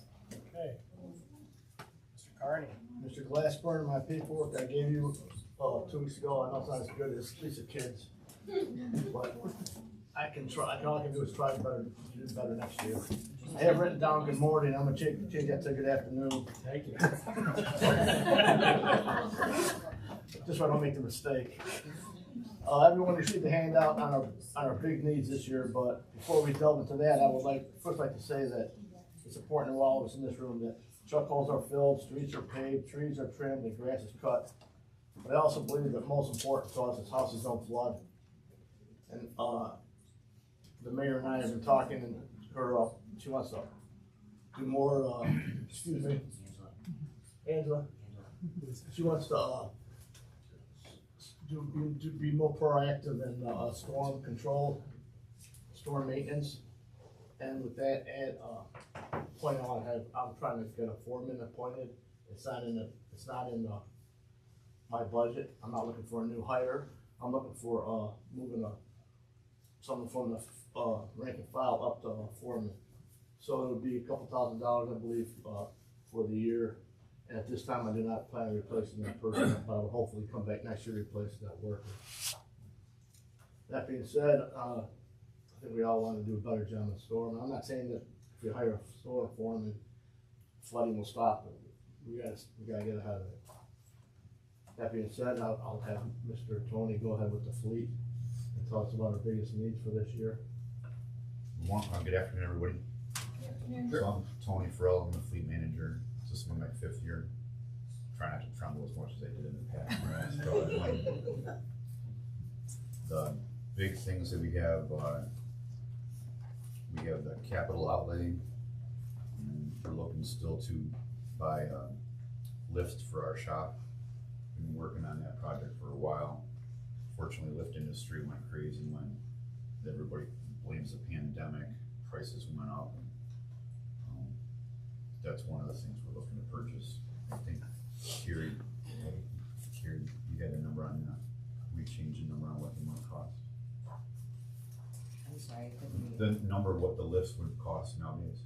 Was it 92,000? No, it was more 45? 45,000. 45. It's in the 282 fund. The 282 fund, I remember that. That was 45. So we were looking for the camera truck, would be for storm, and that would be for the amount of $222,883. And what that would do is that would replace the camera truck that we have now. The camera truck we have now was handed down to us from wastewater, and it's a 2011. It has a lot of idle hours on it. Right now it's already on its 2nd generator. So it was designed actually for sanitary, not storm. Sanitary stores, from what I understand, are narrower. Storm stores would go up 6 feet around, which the camera would be better when it's designed for storm, and that comes equipped with the camera truck. And then we'd like to ask for the opportunity to purchase another salt truck. And the salt truck that we ordered, you folks were kind enough to give us purchase last year. I remember it was really cool that you gave us the opportunity to get it. It's never shown up. Probably the cabin chassis. Yeah, cabin chassis won't arrive probably till this summer, and then it's going to take 10 more months to build. And we're going to ask if we can get another salt truck. It'll take a while. It's gonna take a while. The salt truck that you guys were cool enough to let us purchase is to replace truck number 8. That's the one with the Isuzu drivetrain. That's the one's in my shop now waiting for parts because we can't find parts. When we do find parts, they actually have to get them from a junkyard out of Arizona. So once we get a new one, we're gonna gratefully kick that one out of here. So we're looking to see if you'll give us the opportunity to replace another salt truck, and that salt truck's a 2005 International. And the one we would replace it with would be the new style hook roll-off. So we would eventually someday, if it ever happens, we'd have 3 hook roll-off trucks. Which is really cool. What you do with those is you have a dump truck going, they're gonna call for a snowstorm. You can take the dump off and take the salt spreader, put it on. Or what we did is we built a pre-treatment tanker that rolls up on there and we can pre-treat the roads. And that was one of the things that was really cool that we built it in-house, we didn't purchase that.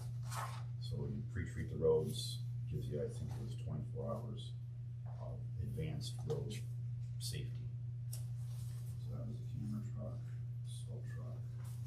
And then we were looking to see if we can get money to purchase 550 dump trucks. The 550 dump trucks that we're looking to get, they come with stainless steel beds. And the whole idea that we had was if we get 550 dump trucks with stainless steel beds, we could put salt spreaders in the back of them.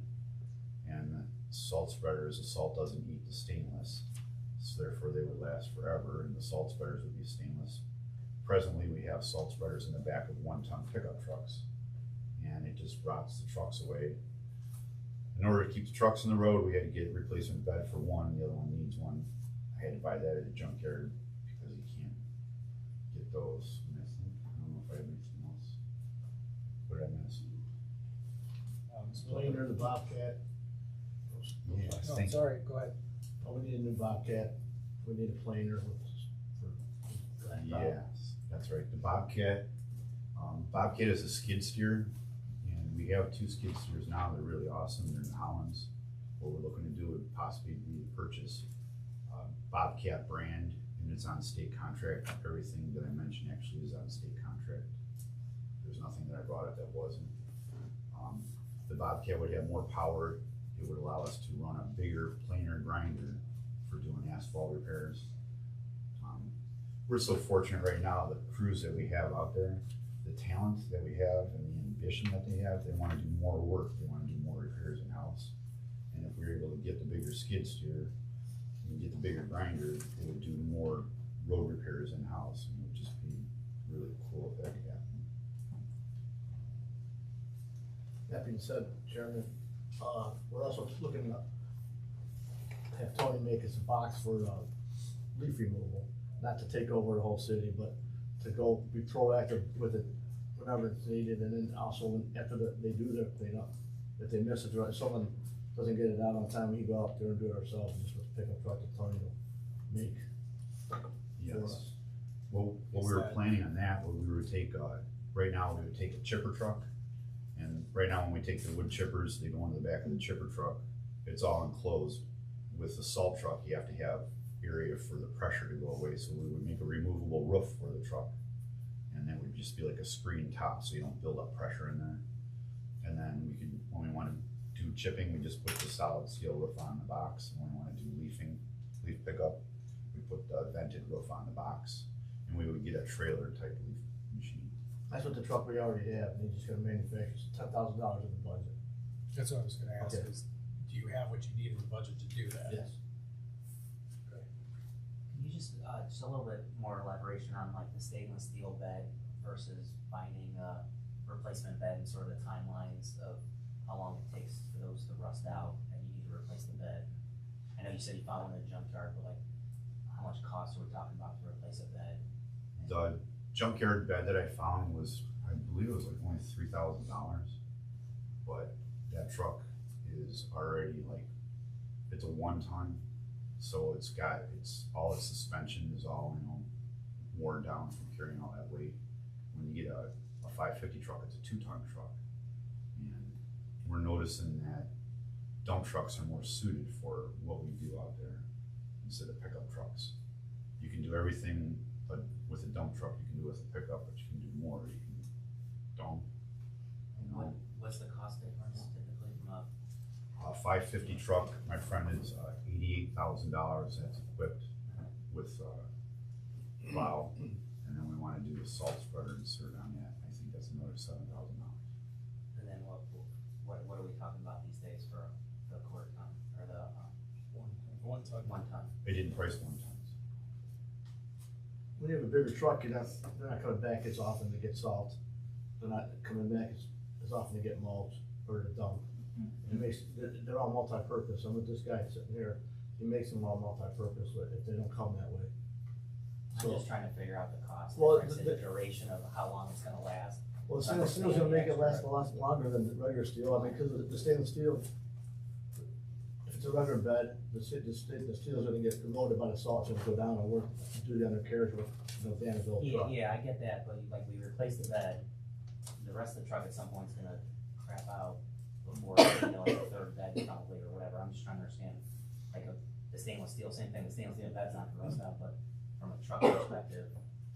If you go with the 550 truck, Yeah. everything about it's heavier duty, so therefore it's actually, no matter what, it's gonna outlast the pickup truck. The stainless steel bed will last forever. We've actually gone to all stainless steel beds on all the dump trucks, and I didn't price a 1 ton truck because it just seems 1 ton trucks, they're not that useful. All they really can do is carry the people around and plow. We take those out of service as pickups when we put the inserts in them. So we lose 2 pickup trucks because they had the inserts. And they're bolted in.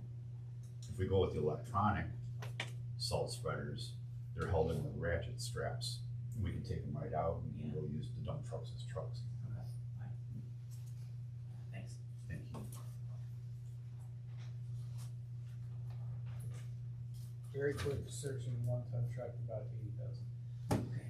And then, I was just gonna make one last comment, like, I really think to the mayor, it's important that we find a way to communicate to residents some of these supply chain maintenance delays and things that we're having in getting equipment.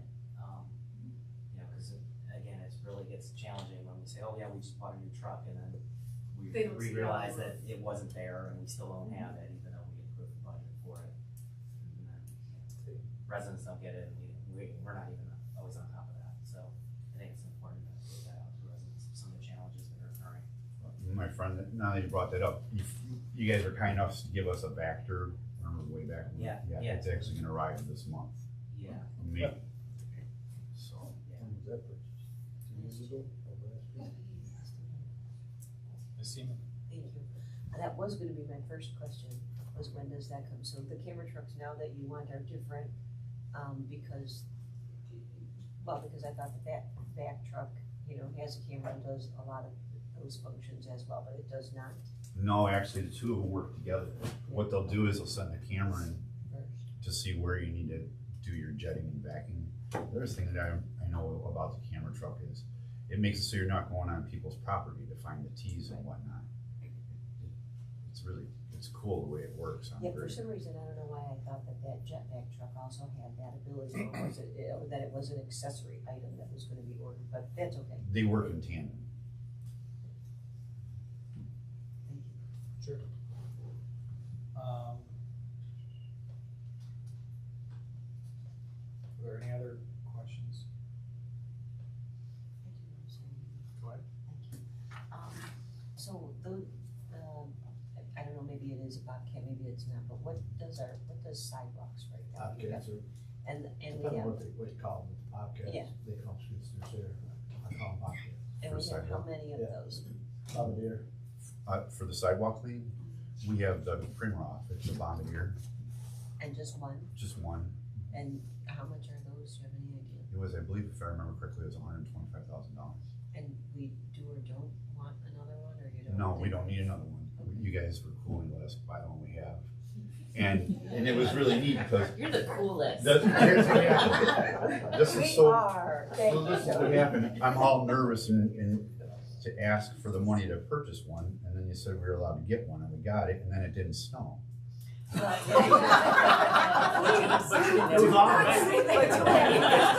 Everybody knock on wood right now.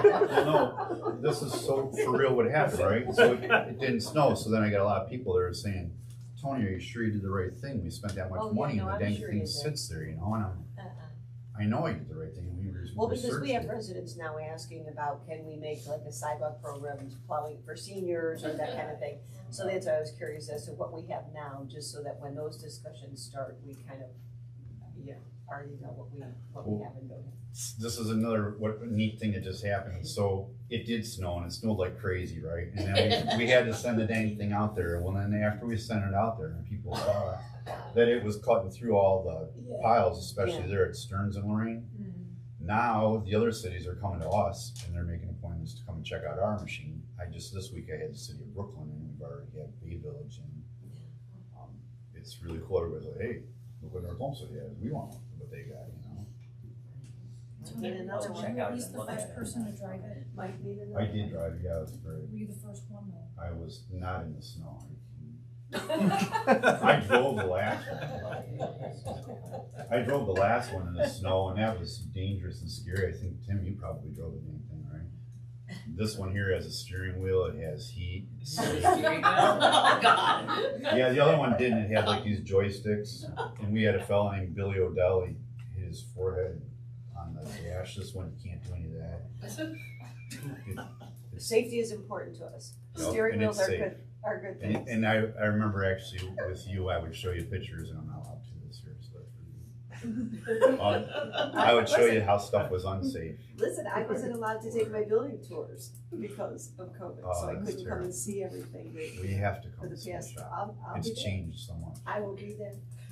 Go. Yes. Okay, so, on the salt trucks, whenever they do arrive, is our limiting factor the amount of qualified people to drive or the number of trucks? The number of trucks, we have 7 right now. Okay. We have 6 salt routes. Is there any value even for these ones that are not in great condition to hold on to them in the event that we have these absurd events like we had to start this year of 1 foot as opposed to, I'm not saying we put out an 8th truck because it snowed 2 inches, but I mean. That would be wonderful if we could hang on to one. The one that we're intending on getting rid of would never want to hang on to that one. But all the rest of them are mostly internationals. And if we have the opportunity to hang on to one of those and not have to replace it, that would be wonderful. Yes. What would we expect to get on drug deals for, like our worst one? Do we have any idea? What the I did the research on that, and they usually bring in like $25,000. Okay. We already have it though, so it's not. Well, that's why I'm asking, money. it's the money, it's an opportunity Yeah, it's an cost. opportunity cost. I'd love to keep one of the internationals. Any other questions? Okay. Should we go on to, Mr. Blount? Alright, so, I'm sorry to interrupt you real quick. So will fleet be separate from this, or is that, or was our previous discussion The encompassing? first one about the list, Mr. Chairman, was fleet. Yeah. That's all we need for new vehicles.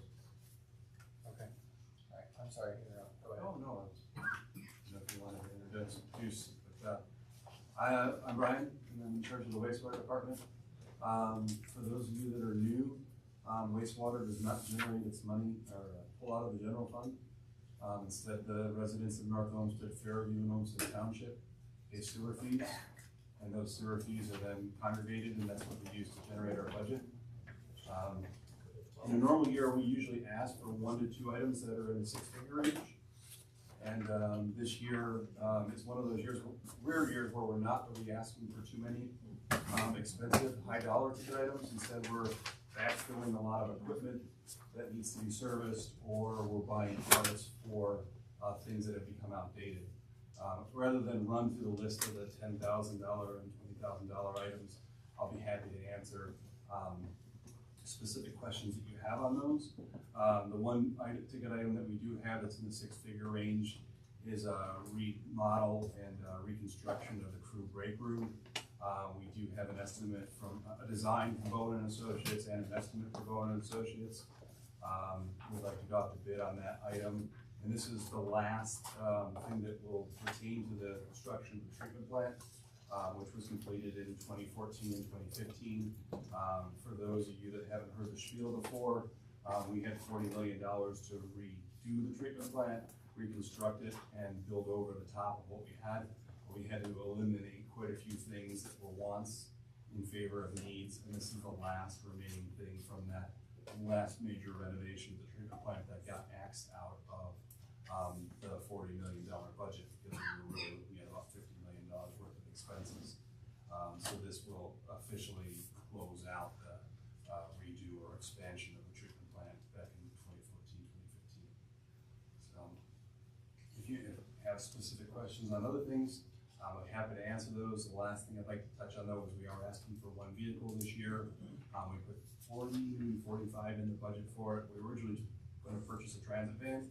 My feeling is that my guys are getting a little bit older, and when we have a utility vehicle that goes out and it has heavy equipment on it, it's a burden to pull 50 and 60 pound pieces of equipment off of the truck.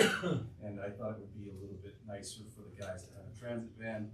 That's what we originally put in the budget for, but they've since kind of switched gears and they'd like to get an F-350 truck and have a cab put on it and a box put on it, and then they would work out of that box. It's a little bit higher step up, but there's some savings there. The old vehicle that we have that is currently our box truck would be handed over to Fleet, and then would most likely be repurposed for another city department to utilize. And that's traditionally what we do with our vehicles. We keep them rotating on a 7 to 8 year cycle, and then the vehicles that we're done with after that period of time are handed off to the city for use in other departments. Without further ado, questions, I'm open to answer any questions that you have. I have some. So Mr. Blum, this is a question I've asked a number of folks, but so for your electric, you have a 25% increase over last year. What's going on with the electricity? So about $80,000 increase. We try to budget traditionally for an increase, because we don't necessarily know what we're going to be hit with as far as the rates are concerned. So we generally try to increase that by 2 to 3% per year. I think what we're looking at here is the previous year's actual costs. We're making an adjustment up for that. Okay. I mean, looking back 3 years ago, we had 310, then it goes to 290, 320, 317, and then this year we go up to 405. Right. The brain starts working eventually. It must have been the IV therapy I just drank. We did change contracts, I think, in utilities. We had a similar deal. I'm just recalling this. So I think the large increases, part of it was we had a great deal before and not so great now, but it's what the market was bearing. But I'll verify that. But just when you were saying that, it just clicked. So to go inside with what Carrie said, 2 years ago, I think it was at the end of the contract period, we got hit with a substantial rate increase, which we were able to bear out last year based on the budget that we had. But this budget reflects that increase in that, I don't know who we're purchasing electricity, but it's reflective of that cost increase. Okay. Kind of similar situation with materials. 3 years ago, we were at about $250,000, and now we're at about $500,000. 3 years later, just again, it seems to be across the board on things. That there's. I'm sorry, is that in the 53 group or 55? The 53. Yeah, so. The 55 group is capital. Correct. Yeah, so in the 53 group, what we're looking at there is we're looking at some of that is reflective of how we purchase certain items. So in some years we're purchasing things like UV lights, or purchasing filter panels, and we're allocating the total amount of money towards that purchase. and then that's subtracted from the equipment and parts line item. And then some years we're padding that equipment and parts line item and going back and buying, because we're not buying the filter panels or we're not buying the UV lights, we're buying extra pieces and parts for things like pumps and motors, valve replacement, rotary lobe parts. You might also see those individually in the 55 group, but you're also seeing some of those costs, some of those smaller costs reflected in the 53 group as well. Okay, I mean, there's an item that says, I think it's sodium aluminum, we didn't buy for 3 years and now we're spending 30. SO2 DIS, I'm not sure what that is. We went from 0 to 85. So, I'm sorry, can you run those numbers by me one more time? So there's a line item that says SOD LUM, so I assume something aluminum. We didn't buy for 3 years, and now we're buying 30,000 of it. Okay, so I'm sorry. The SO2 and then the SO2 is actually 85. Right. So that's actually the chemicals that we use for various things. That has to deal with some of the, so the sodium aluminum up here, which is 6844153 53520, that is an item that we purchase in bulk and we can carry it over from year to year, but it has about a 3-year lifespan before it starts to crystallize. At that point, we do feed it into the plant. It's used for phosphorus control. If we can do phosphorus control biologically, then we don't need the sodium aluminate. So that cost increase is probably reflective of the fact that it's time for us to drain the tanks and then repurchase that bulk chemical. And we hopefully won't be seeing that cost for the next 2 years. You'll see it in 3 years down the road. Yeah, I'm looking at SO2 disinfection. So, honestly, I'll have to come back to you with that. I'm not exactly sure why they're the cost. I don't have the details.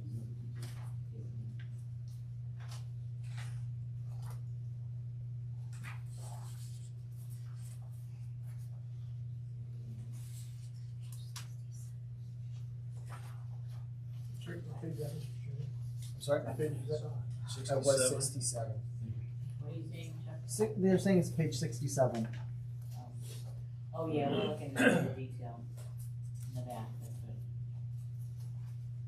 Sorry, when I submit this to finance, there's usually notes that I don't have in front of me as to why we budgeted things a certain way.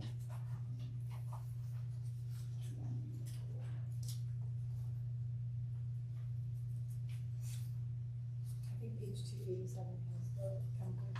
Okay, thank you.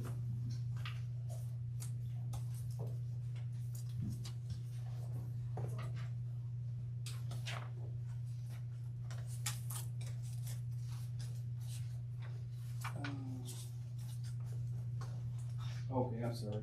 Yeah, so this actually is, and I'm sorry, should have been changed, but the line item 684415353 is the, now relabeled as the tertiary filtration system. And what we're looking at here is we're looking at replacing the large cogs or wheels and the gear reducers for that equipment, as well as a bulk purchase of filter panels. So I do apologize why that is not labeled that way for you guys. But that, we no longer have SO2. That was our disinfection product. We used to feed chlorine to disinfect the water, and then SO2 to eliminate the chlorine. And that line item just now reflects the filtration system in the filter panels. So I do apologize for the confusion. I don't know why it's at the detail level named right, but not here, so. And again, the filter panels are something that is not necessarily a reoccurring cost. That should be an expense that we see in the first and the second year, then a year off, and then again, a repeating cycle. So last year it may have been less, and this year it might be more, and it's just timed out basically when we're buying the filter panels And then when we're pulling the whole unit out of its bay or service area to then service the cogs and wheels that make it run and rotate. Mr. Limbert, you had a question? Yeah, mine's more just, can you refresh my memory here on the general obligation debt for the sanitary sewer revenues that it ends in 2027? Is there something else that picks up then, or is that? There is some bonded debt, I think it's like $820,000 that's getting paid off. But the largest portion is the OWDA loans. Okay. But this is bonded debt, the 800? There's only 820,000. Do you, is that something that comes up again, or that was just the one time we did the enhancements to it? Usually, I mean, we've done OWDA loans for the major improvements, but in the past, they've had a lot of bonded debt doing things. Yeah, so we don't expect to see bonded debt anymore. Well, I mean, it doesn't make sense to do so. Right, I mean, OWDA rates might go up so much that we can get a better rate on the open market, and we will, because ultimately it costs less. The good thing about OWDA loans is that that they're backed by the user fees versus GeoDebt then takes away the city's overall borrowing capacity, so that it's like an opportunity cost that you might not be able to borrow for something you want. So that's why, you know, you want to balance that out. Are there any other questions on SOAR? I'll just, you're gonna cover the other bonded debt as part of the overall. My last question then would be, I've mentioned a number of times before, throughout the city, but particularly in my ward, there are a number of main streets that have open ditch sewer systems. I've been told repeatedly, we don't service those, we don't dig those out. Then about September, October last year, all of a sudden, a bunch of them got dug out. So, could you tell me anything about that? Unfortunately, the open ditches those particular open ditches do not run in my department. They're storm and service department. Crumbing out the ditches is considered to be a standard practice in some cities. But truly, whether or not we get into crumbing or removing the bottom layer of sediment from the ditches is a recurring program that falls to the service department. That's something we're addressing right now with the new storm foreman and saying what's our responsibility, what can we do more efficient doing it, and just pertaining to that, just dwelling on that storm, not cutting the grass, other things. Well, I mean, ideally, I'd love to see a more permanent solution than us continually redigging ditches, but if we do it, I'd like to know how we do it and it be a transparent process and not appear, you know, quite frankly, magically right before an election. That's not gonna. Sharon? Yeah. Are you talking about the tree laws, or are you talking about the drains, like the creeks behind people's houses? I'm talking about the tree lawns. Some things we can do is we can put pipe in, put topsoil down, and put grass on top of there. And that's things we gotta look at as an administration, what's more proactive, what's better to do for the long run. Okay. Mr. Chair? Yeah. I know that in the past there have been, there is a way for residents, if they want to enclose it, that they, like we do it, that they pay the cost of the pipe, or so it sticks in my head, something like that. So, so there always has been that opportunity, so. Okay. Mr. Chairman, I would like to see if we do this, do a whole street at a time, not like in a one house and skip houses. I'd like to see a neighborhood at a time, or that's something we're just getting our heads around. I'm not gonna interrupt the mayor, but that's what we're looking at, and that's the things we gotta attack. Yeah, just to let you know, my residents, some on Allendale and a couple other streets, were told they could not do that anymore. Didn't matter if they paid for it. Yeah, that's what I've consistently. Yeah, they said, they just flat out told them no. Okay. So, okay, sorry to bring tough question, but seems like now is the time. Any other questions for Sue? Wastewater treatment plant, I should say. So, Mr. Lippert. Yeah, just when are the rates? When did the rate changes go through? January, you didn't know that? No, I meant when do they end? Like when The is that current period? rate period ends in 2007 and more than likely, yeah, sorry. 2007, 2027, and we will more than likely commission study probably in 2026 or at least 2025. Okay, thank you. Okay. Anyone else? Okay. What's next? Council. The council's budget. So, Get rid of them. Yep. What's Pay raise. If you guys want to flip to tab 4 in your books. So I think Council President Broussard's asked me to speak on this a little bit. So I'll go ahead and. Yeah, Mr. Chair. So Chuck and I collaborated on this, and overall, the council budget has an increase of 0.8%. And most everything is remaining the same. Obviously, we're bringing on a new clerk of council beginning on Monday. Her salary will be at a higher rate than the outgoing clerk, but because she's starting in the middle of March, there's enough budgeted in there to cover the difference in the two salaries. And then pretty much everything is remaining the same from prior year, with just very slight variances year on year. So, Do you want me to? I don't know if you want me to talk a little bit more about it. Please do, yeah. The biggest change that you'll see in terms of salaries and things like that in here is we have switched from using police officers to using auxiliary officers for our meetings.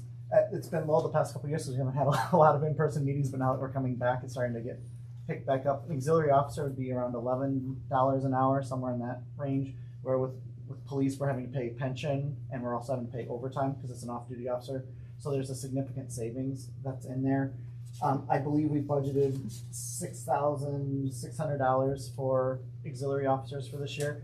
Don't think we'll hit it, but I want it because we don't know how long our meetings are going to go or how many meetings we're going to have. I'd rather budget a little over and be safe than have to not have the room in the budget. Other than that, a few other things. I reduced the advertising a little bit. I reduced codification a little bit from kind of looking at what we've done in the past. Outside services, we did reduce outside services. I know it's less than what we spent last year, but last year we had to upgrade Laserfish and some of our other processes, and those expenses should not be in there this year. So I feel that we should be fine, kind of getting back into more levels of what we've had in the past. With the new clerk coming in, I'm leaving the seminars we left the seminars at 3,000. They will have training, or she'll have training to do. She'll have places, some other organizations to join, and they have like statewide trainings that she can go to. Like 1 year it's in Columbus, 1 year it's in Cincinnati, 1 year it's in Cleveland. They kind of rotate it around. So there's room for her if she wants to go to those the week-long training and things like that to earn a lot of points towards her certification among that. And plus with new council members, if any of them want to go to trainings, there's money in there for them to go to some of their trainings. Other than that, it's the only other one that might be kind of an outlier that you see is dues, where we don't spend as much as budgeted. That's been budgeted in there for if we decide to join National League of Cities. That would be kind of split between the mayor's office and council. That would be the council's portion of it if that's something that council and the administration chooses to do. I've left that in there. It's been in there for several years. But we've just never, because of COVID and other things, we've just never pulled the trigger on joining it. I've left it there. That's something that's the desire of both groups to do. Other than that, I think it's pretty similar to what it's been in the past.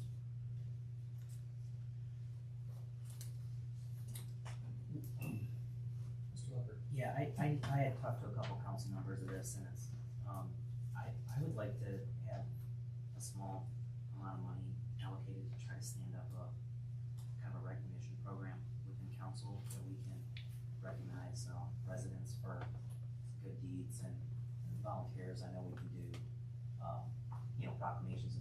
app, it's just something more smaller, like a token or, thinking like in a coin or something where when we're out and about in the city, like a monthly or quarterly basis, when we recognize residents doing something, it's one way to let them know that we noticed and we care.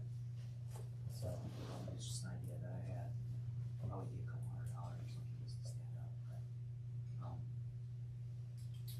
I would think our salaries should be used for some of that. That's what I do with mine. I mean, I don't. well, what I'm envisioning is something that's more consistent or formal across council. So, something with North Homestead logo, etc., that you can get, whether it's a high school student, a senior, a volunteer, and That almost make that seems more promotional of sorts, and I don't think it would be, I don't know, it would be permitted under election laws and stuff, I mean, I don't know. So, That's kind of I don't wanna dive too deep into this, but other cities, state legislature, et cetera, county council, they have more, what I would call standardized recognition, either whether it's proclamations or letters or so on. We're kind of ad hoc, and so whether it's what Mr. Lippert's suggesting or something else, I personally would like to see us have a more of a standardized approach and also kind of a criteria like what those other organizations have of what qualifies as being recognized. I don't want to go to the extent that the state legislature literally sends out thousands of letters of people on their birthday or graduating high school. But, you know, I think there's something in between, you know, you either have to come to council and be recognized before us and nothing. So. That's along the lines of what I was envisioning, is something that's standard and really just gives people an opportunity to be recognized. They do such great things all around the city, and unless you're an Eagle Scout or you're, formally get some kind of position, it just kind of gets, in my opinion, you just don't get recognized formally. And I think there's some benefit to having some kind of token appreciation beyond just something read into the record. So, as of right now, in terms of this global budget process, we potentially could meet before our council meeting Tuesday, but my plan was for us to have amendments the following Tuesday on our normal committee night. So, one of the requests I would have of all of council is to think about the things that you would like to see changed, if there are things along the list that you want to see added, and hopefully over the next, middle of next week, at least you can give me an idea. You don't have to have it completely fleshed out, but at least an idea of the things you would like to look at. And so this is one of the things to add in that discussion, but I don't think we need to settle that out or amendments today. If I could add one more thing that I forgot to mention in my summary there for you guys is, one thing you might want to think about doing for the incoming council clerk is potentially getting a cell phone. Right now with our video, with doing YouTube with this and with in chambers, the controls have to be done on both a computer and on a cell phone. I'm using my personal cell phone. It doesn't bother me, but I don't know how the incoming clerk would think about that. So that's just something to kind of keep in mind as well.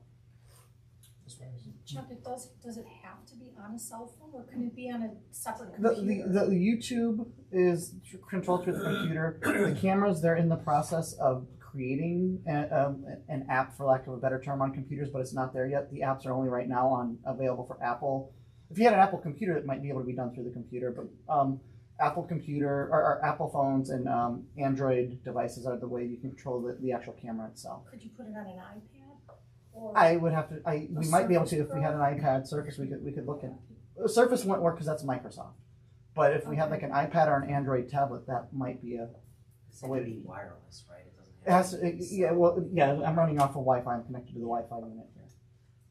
So, I mean, whether you do it, and that might be the better way to do it than a cell phone is an iPad. But that's just something you might want to think about as a council. And I can try to find out if it can work off of a tablet. Just because that way they're not having to use their personal phones for work-related purposes. Yeah. We could get like a Galaxy tablet for like $75 and then load the app, if that's all it's.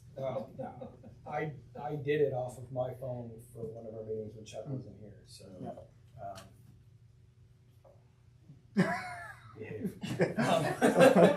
But it's just something I want to throw out there. That if it was usually looking at the budget, it'd be a small cost, but it might be something you want to think about for the incoming clerk. Okay. Any other thoughts, questions on council? Okay. What's next? So we would go to law, but law's unable to make it today as we discussed. So I think next would be finance. Committee under the lucky green tab 6.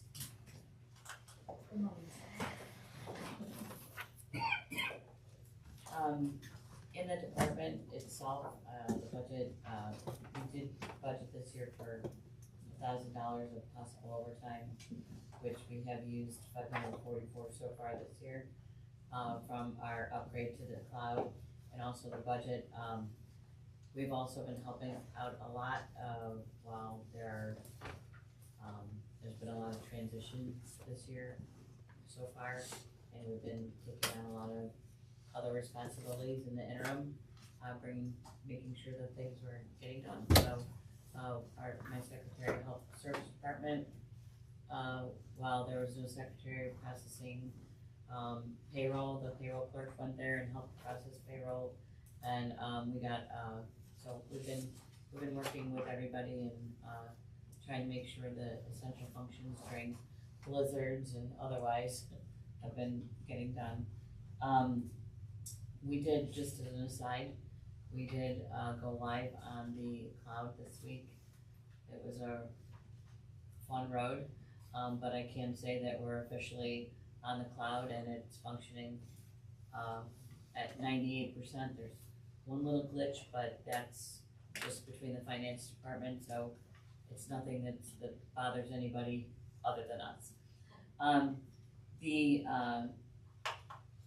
forms, with the new software upgrade, because we didn't just go hosted, we also finally were able to move to the latest version of Munis Tyler that we've been unable to do for several years because of our servers and other issues. And so we're very happy to be there.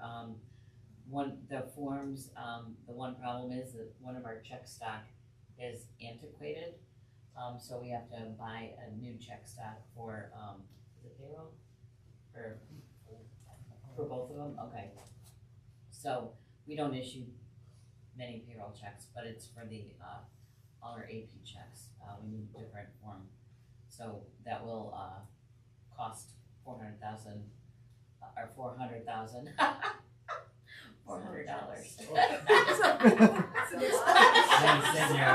sorry. Just making sure you're paying attention. Paying those checks in Bitcoin? Yeah. Yeah, I love that commercial where they're like, I'm a millionaire, I'm broke. I'm a millionaire, I'm broke. Bitcoin, anyway. The contractual services, the computer repair and maintenance line items looks lower than last year. But that was because partially the SaaS upgrade started last year, so we paid a portion of it last year. And normally we pay the whole amount in January, so it will go back up in next year. But we'll take that cut when we can. And capital outlay, we put this thing in several years for $800. A new folder sealer, which folds and seals paycheck, payroll, or checks and W-2s and all that stuff. It probably cost 40% increase with the COVID, probably some of the Porsches, but we will probably need that this year. And other than that, our budget is status quo.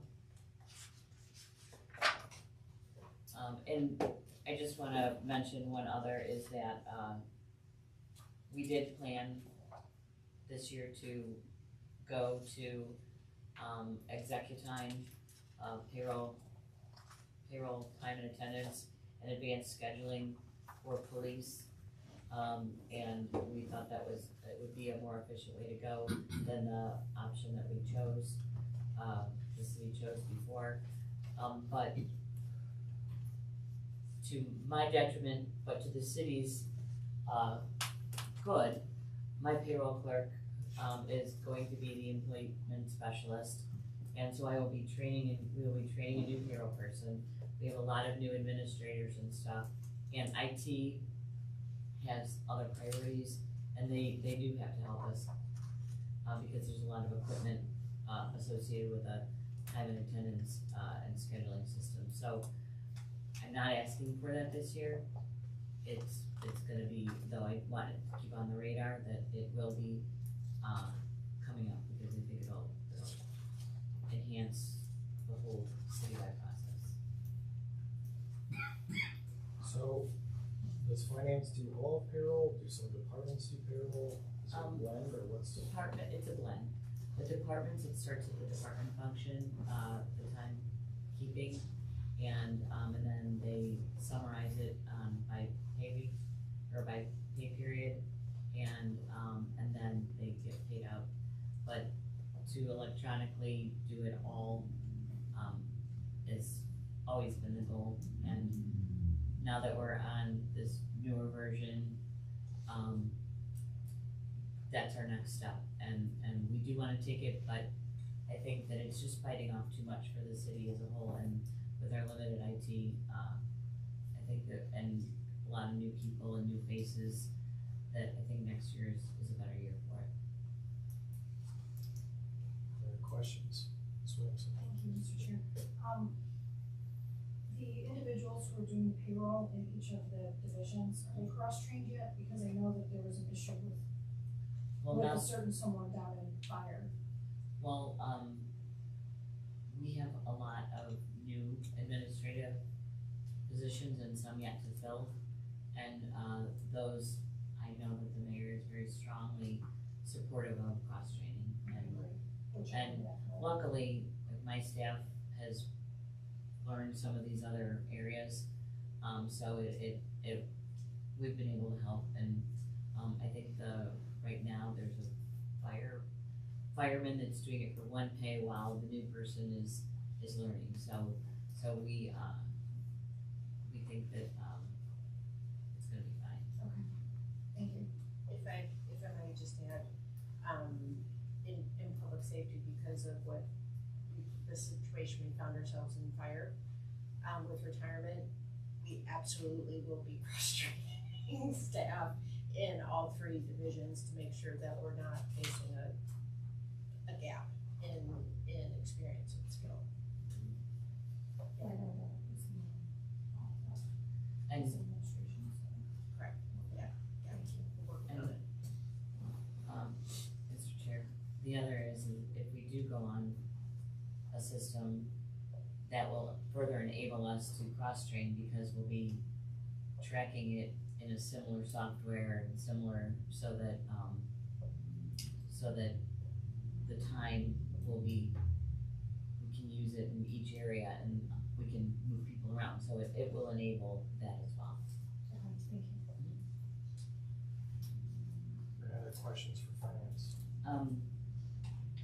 Then do you wanna talk, I sort of threw like a lot of stuff in mine that nobody else in my little tab, so. Did you have any other questions for finance?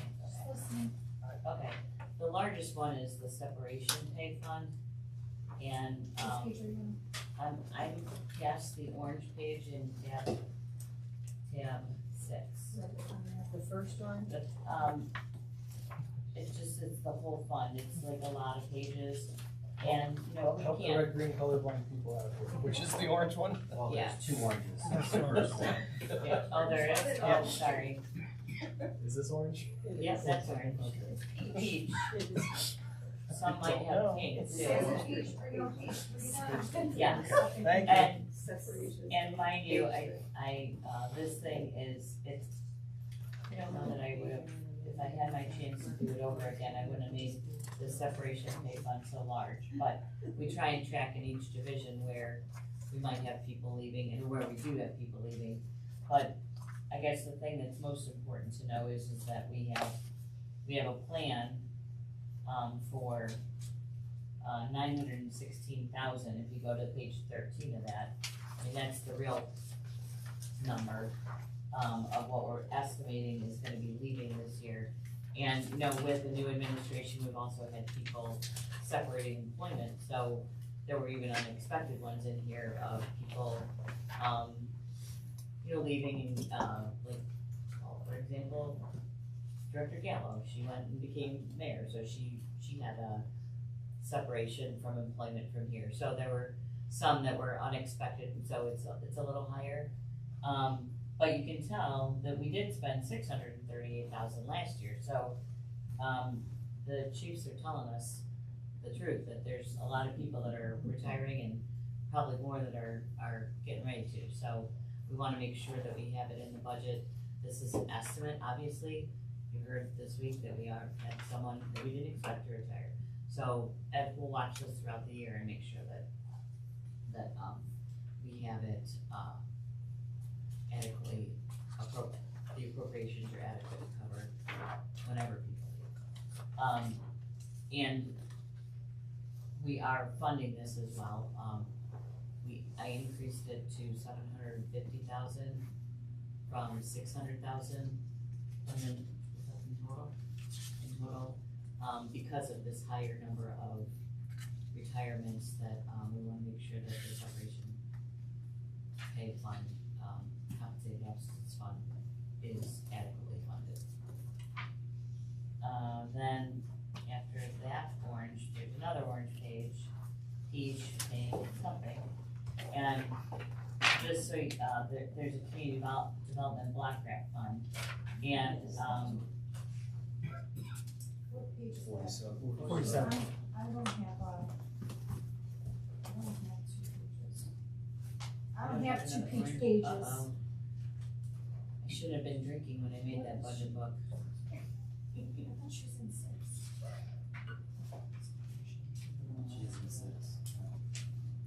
It's possible. Page 47. Well, it's really a minor thing, I'll show you my copy here. Did you get it? But I don't have it. Okay, good. Here you go. This is just showing, we have a project,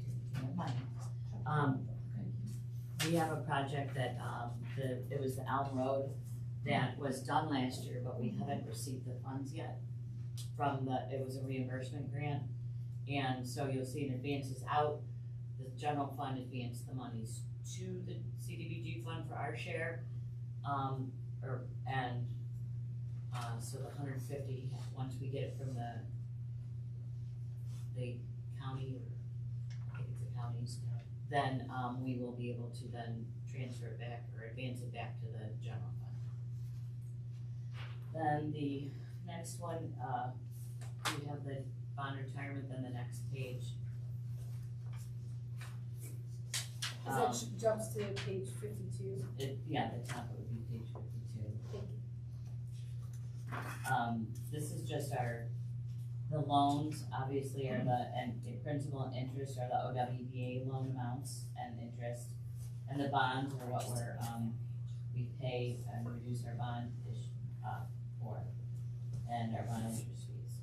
The outside services, we have reporting requirements for, debt reporting, that's required by law, and, we have outside services in that in case we have a large amount that is required. The next one is the fire station bond retirement, and, you'll see that as we discussed, last year, I do plan on calling these bonds, in and paying the amount down so that, we're saving interest costs for the next few years. This legislation will come to council, but this is just the budget aspect of it. And there's a small, issuance fee that the trustee has to call the bonds and send out letters to the bondholders and things like that. So, I put in $10,000 in there as a placeholder for, those associated costs.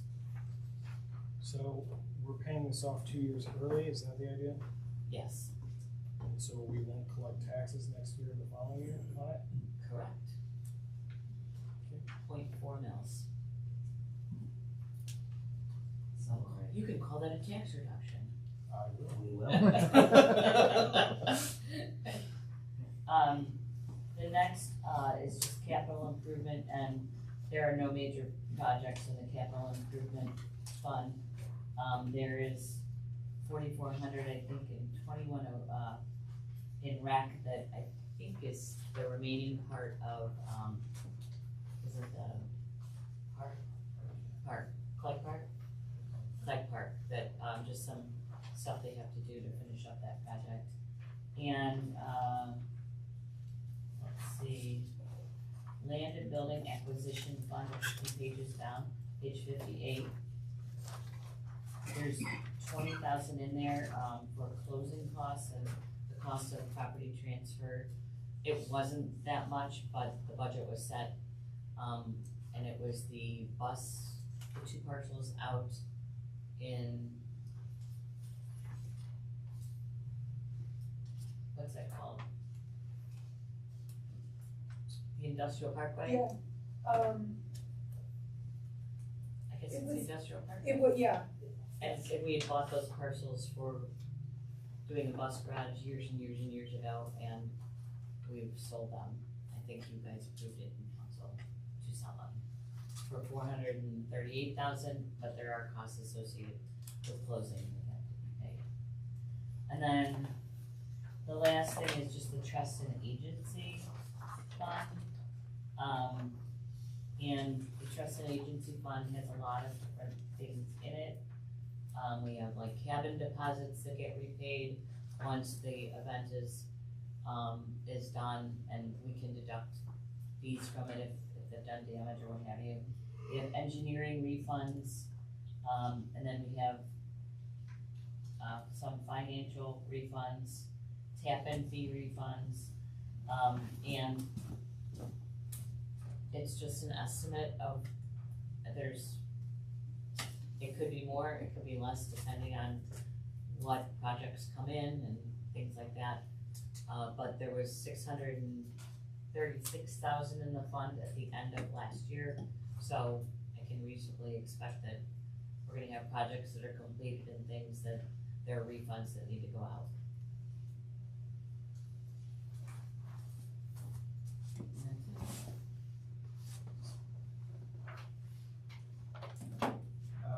Other questions? I do have a couple more global questions, that I must have missed when we were doing revenue assumptions. We haven't talked about those. We did do that? Okay. Yeah. Then I will hold for that.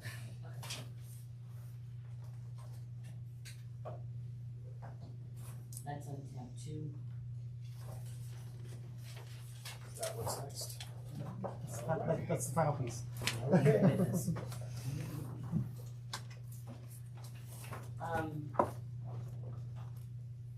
The city of Norfolk said historically has been really reliable, we're fairly consistent.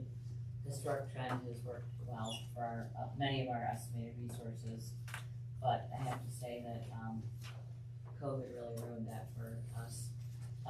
And there's still a lot of level of uncertainty in certain areas that may impact these that we're gonna keep an eye on. The first item is county property taxes.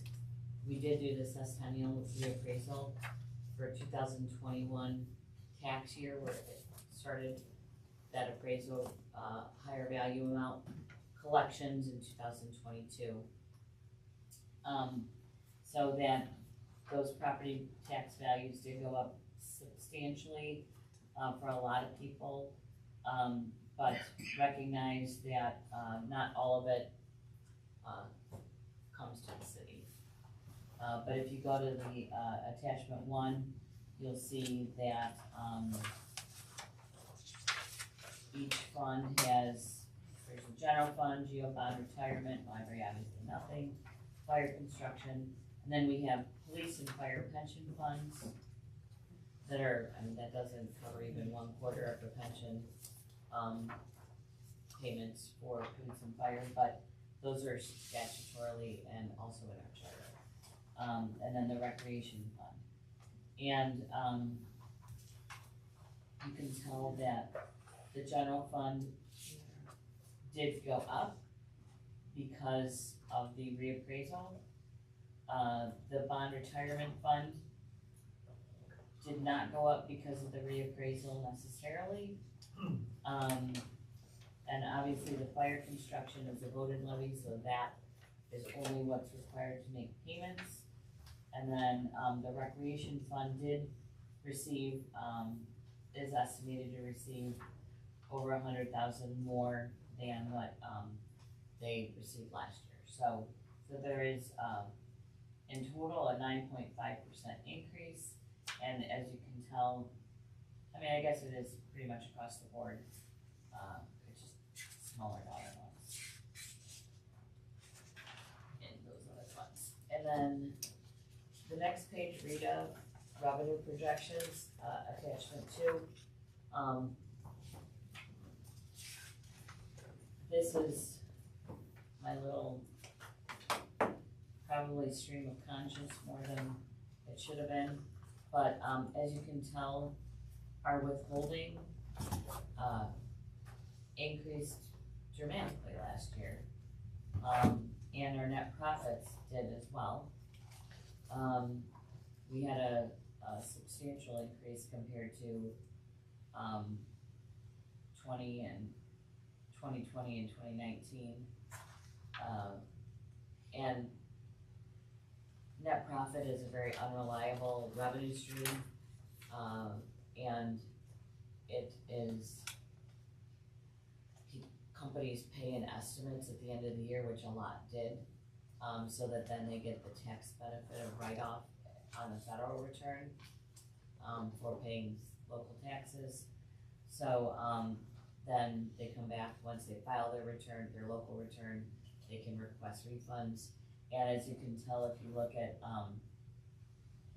the years in the net profit in the second section, where you have multiple number of years for net profit, I mean, it's been as low as 1.5 up to 2.5, so it does vary from year to year. The withholding has remained strong, but I do know that there are 2 major companies that left North Olmsted. I'm honestly surprised at the withholding that we've been getting. We're happy about it.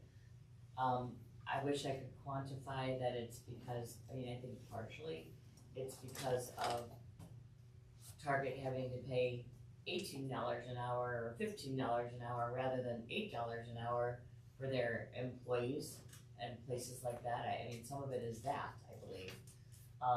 And some of it is the companies that are here are doing well. There have been, and one other thing I think is there are probably a decent percentage that are working from home for 2021 that did get working from home designation as well. And that is very true. But they didn't have to claim it that way. Like, you had to request a refund unless the company was being, well, most companies didn't do that. Most companies kept withholding as if you were working. A lot of companies switched in the first quarter of this year, though. Of 2021. Did they? Start Okay. redesignating first quarter, second quarter of 2021. Because ours, a lot of companies did not. But I know. But other people could have. You're right, absolutely. But there are some consequences because the law is different in 2021 versus 2022. Now in 2022, employers are mandated to withhold where the employee is working. So and so that they had the choice to do that last year. This year it's mandated. And I will tell you that there's a lot, I mean, I don't have to tell you what people are A lot of people like working from home. A lot of people are demanding that they go hybrid rather than having to go back in the office. So there was a study, and I think it was updated for the mayors and managers recently, Mayor, that showed some of the communities, and we're very fortunate that everything looks that will actually benefit marginally, but will still benefit from that versus being in a large negative, like places like Independence with all that office space. They're looking at really huge deficits of their income tax. But I have talked to several of our companies that I know that I have contacts at, and like some of the larger ones are gonna be hybrid, so we will be losing some portion of withholding this year, so I don't expect it to be as good as in the prior years. So, and it's kind of you really have to watch it and monitor it before we can, get it, yeah, and, we had met with Rita, earlier this year, and they said that, they feel like after the first quarter, we'll have a better handle on like what companies are doing in our area, in each city, so that we'll be maybe better able to refine some of these projections. Mr. Sorrell. Thank you, Mr. Chair. Carrie, you mentioned two companies that left the city. I think I know one was Palmer Holland. What was the other one? Factory Mutual. What does that consist of? They're a insurance company. They might have gone by a different, is it FM Global? Not, it's very similar to Moen's new company, but it's FM Global. Okay. And they left Great Northern Plaza and moved downtown. Thank you.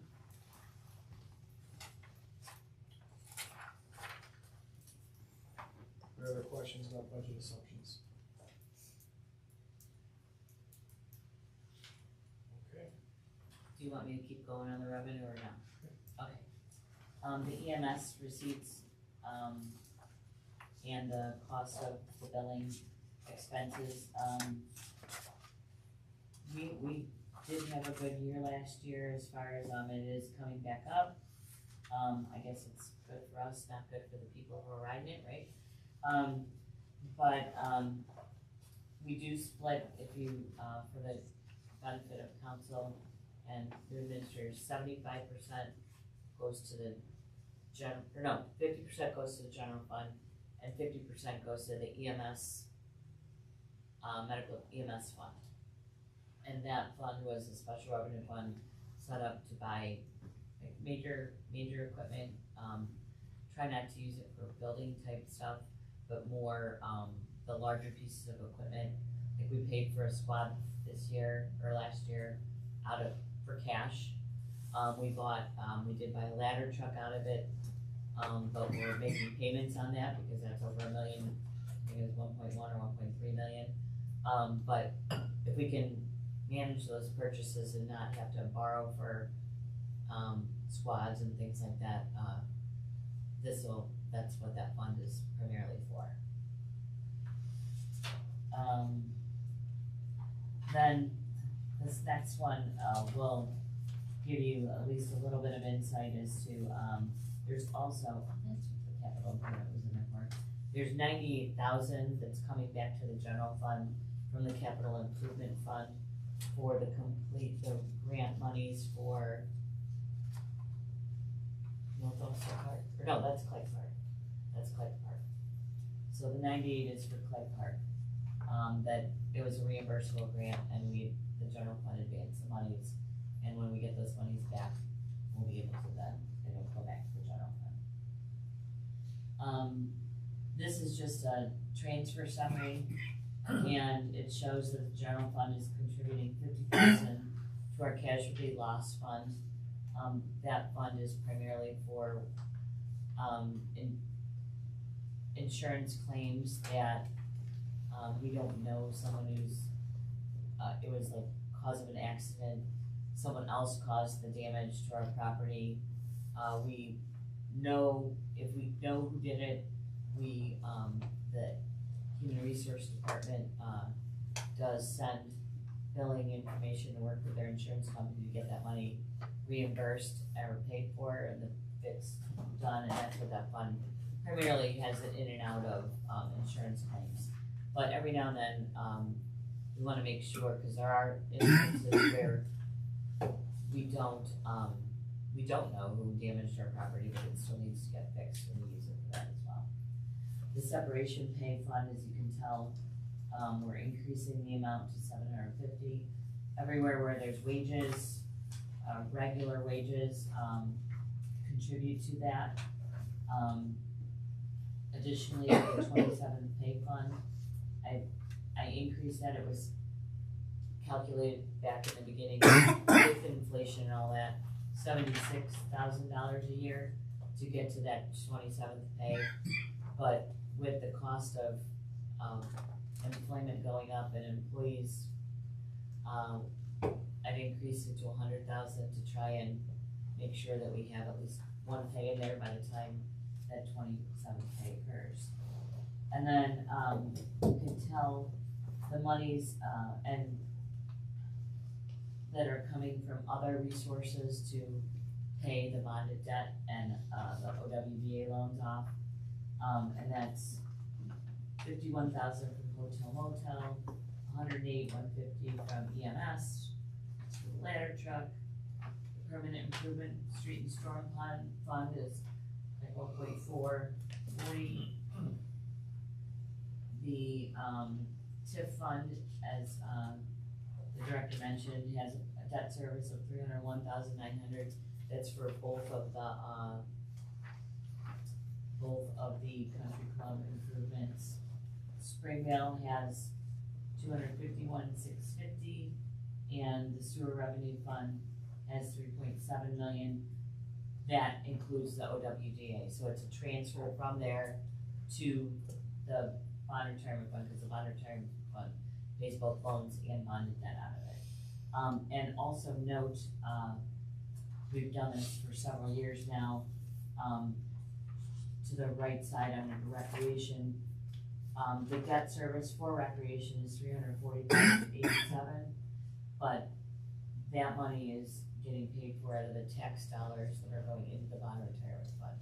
So, because recreation can't pay some of the debt service, which they haven't been for quite some time. And then Springdale, there's $200,000 of debt service that's being reduced, and that's from some of the old debt for the purchase of it, and that's almost done. So they'll be able to continue to pay their debt service.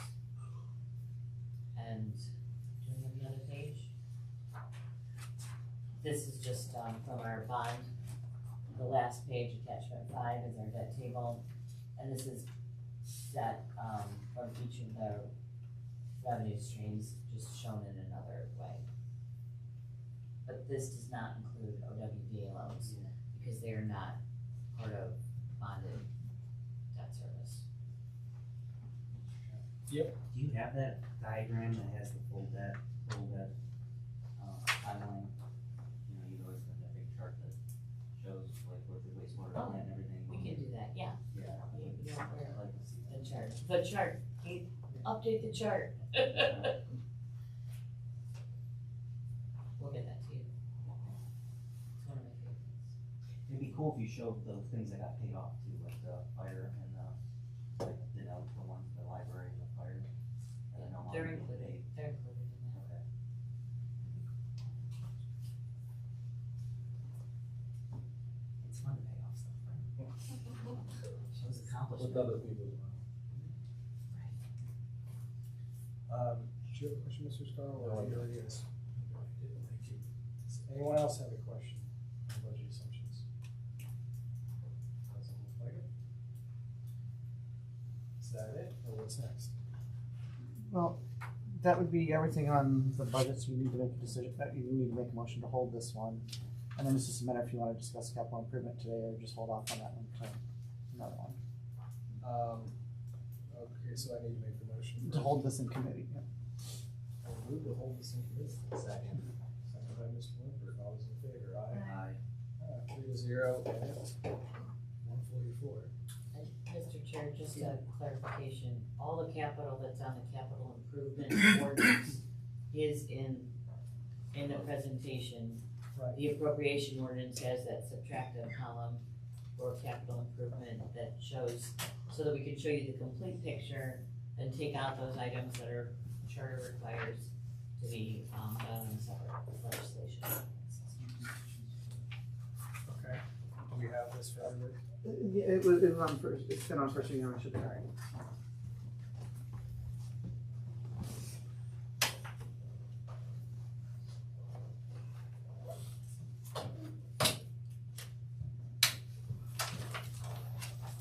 This was well done. Yeah, this one's way better this way, this format. Thank you. Thank you, Mayor. I think that finance department had a little, but, I had a little, but, She had the idea and you brought it to fruition. it was not easy, but, But it this, was well, it was I think well that breaking it down into division, while we're splitting a report apart a lot, but it made it more easy to go to tab and reference, and keep everyone on the same page, so. But it was very labor intensive, I will say, except when you're so. missing a peach sheet. You If that was the biggest flaw this year, I'm telling you. 99%. Right? Yeah, you did, this really was. Yeah. At least when we see the amended ordinances of things that were missing, but, this was really good. I think we minimized the what page number we had. Yeah, this no, I year. think so Yeah, too, really good. and I think the division heads and the directors did a good job of summarizing as well, because on the bigger issues. Yeah. So Very what do well I need done, to do? everyone. If you guys wanna discuss that one today and move it on to second reading at the next meeting, you would need to move that one out of committee today, or we can just hold it. It's on the agenda, we can just hold that one and we can discuss it.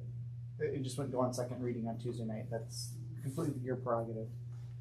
I don't see a problem with going forward with this. Mr. Chair, Yeah. is that the capital one? Yes. The capital one needs 3 readings in 30 days before any of those things can start. Okay. So, I don't know what the timing of your meetings, if you're gonna have a special or something, but it also needs the budget passed, so, the appropriation part, so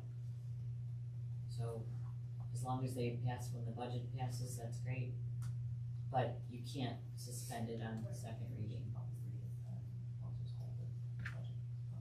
It's had first readings, which is. Yes, it's had first readings, this would be committee, and the idea, I think, from what again, it's the committee's pleasure, but I think the idea was to have a committee meeting, not on Tuesday, but a week from this upcoming Tuesday, and then have a special council meeting the following week and pass the budget on suspension on second reading to meet the March 31st deadline. Yeah, So this one, to keep that on track. So if we read this and approve it, we can always hold it until the budget's ready, but then it's gone through 3 readings, right? Because that needs to go 3 readings. It does. It has to be. So, There's no. But it can't go on to second reading until it's out of committee. It has to get out of committee before second reading. okay, but so we'd have to vote to bring it. You'd have to vote to take it out of committee, and then after second reading, if it goes back into committee, it automatically resets to second reading. So,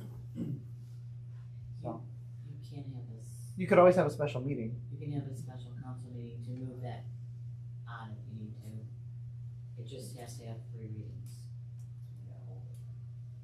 You can't add an emergency clause. No.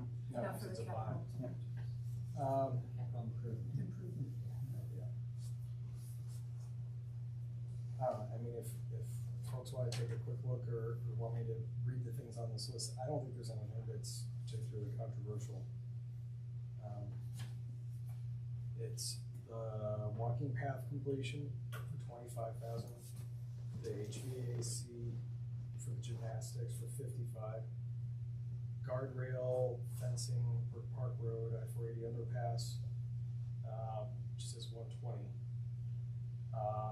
Our normal road budget, which is 1.1 million. The Barton Storm culvert for 80,000. stormwater improvements for 435-ish. And then the last few things are fairway drainage number 2 for 75,000 at Springdale. Cart path improvements for 10,000 at Springdale. Numbers don't add up on this page for that. Sanitary sewer has constructing a meter at Olmsted Township's entry point for 40,000. And then miscellaneous sanitary projects for 65, which is a total of $2,009,445. So there is at least one math error on this page. So the walking paths are probably the only thing that are non-essential capital outlays, right? Non-operational. I mean, I don't know how you would rate the Springdale things, the drainage and hole number 2 or the cart paths, but yeah, I think that's an accurate assessment.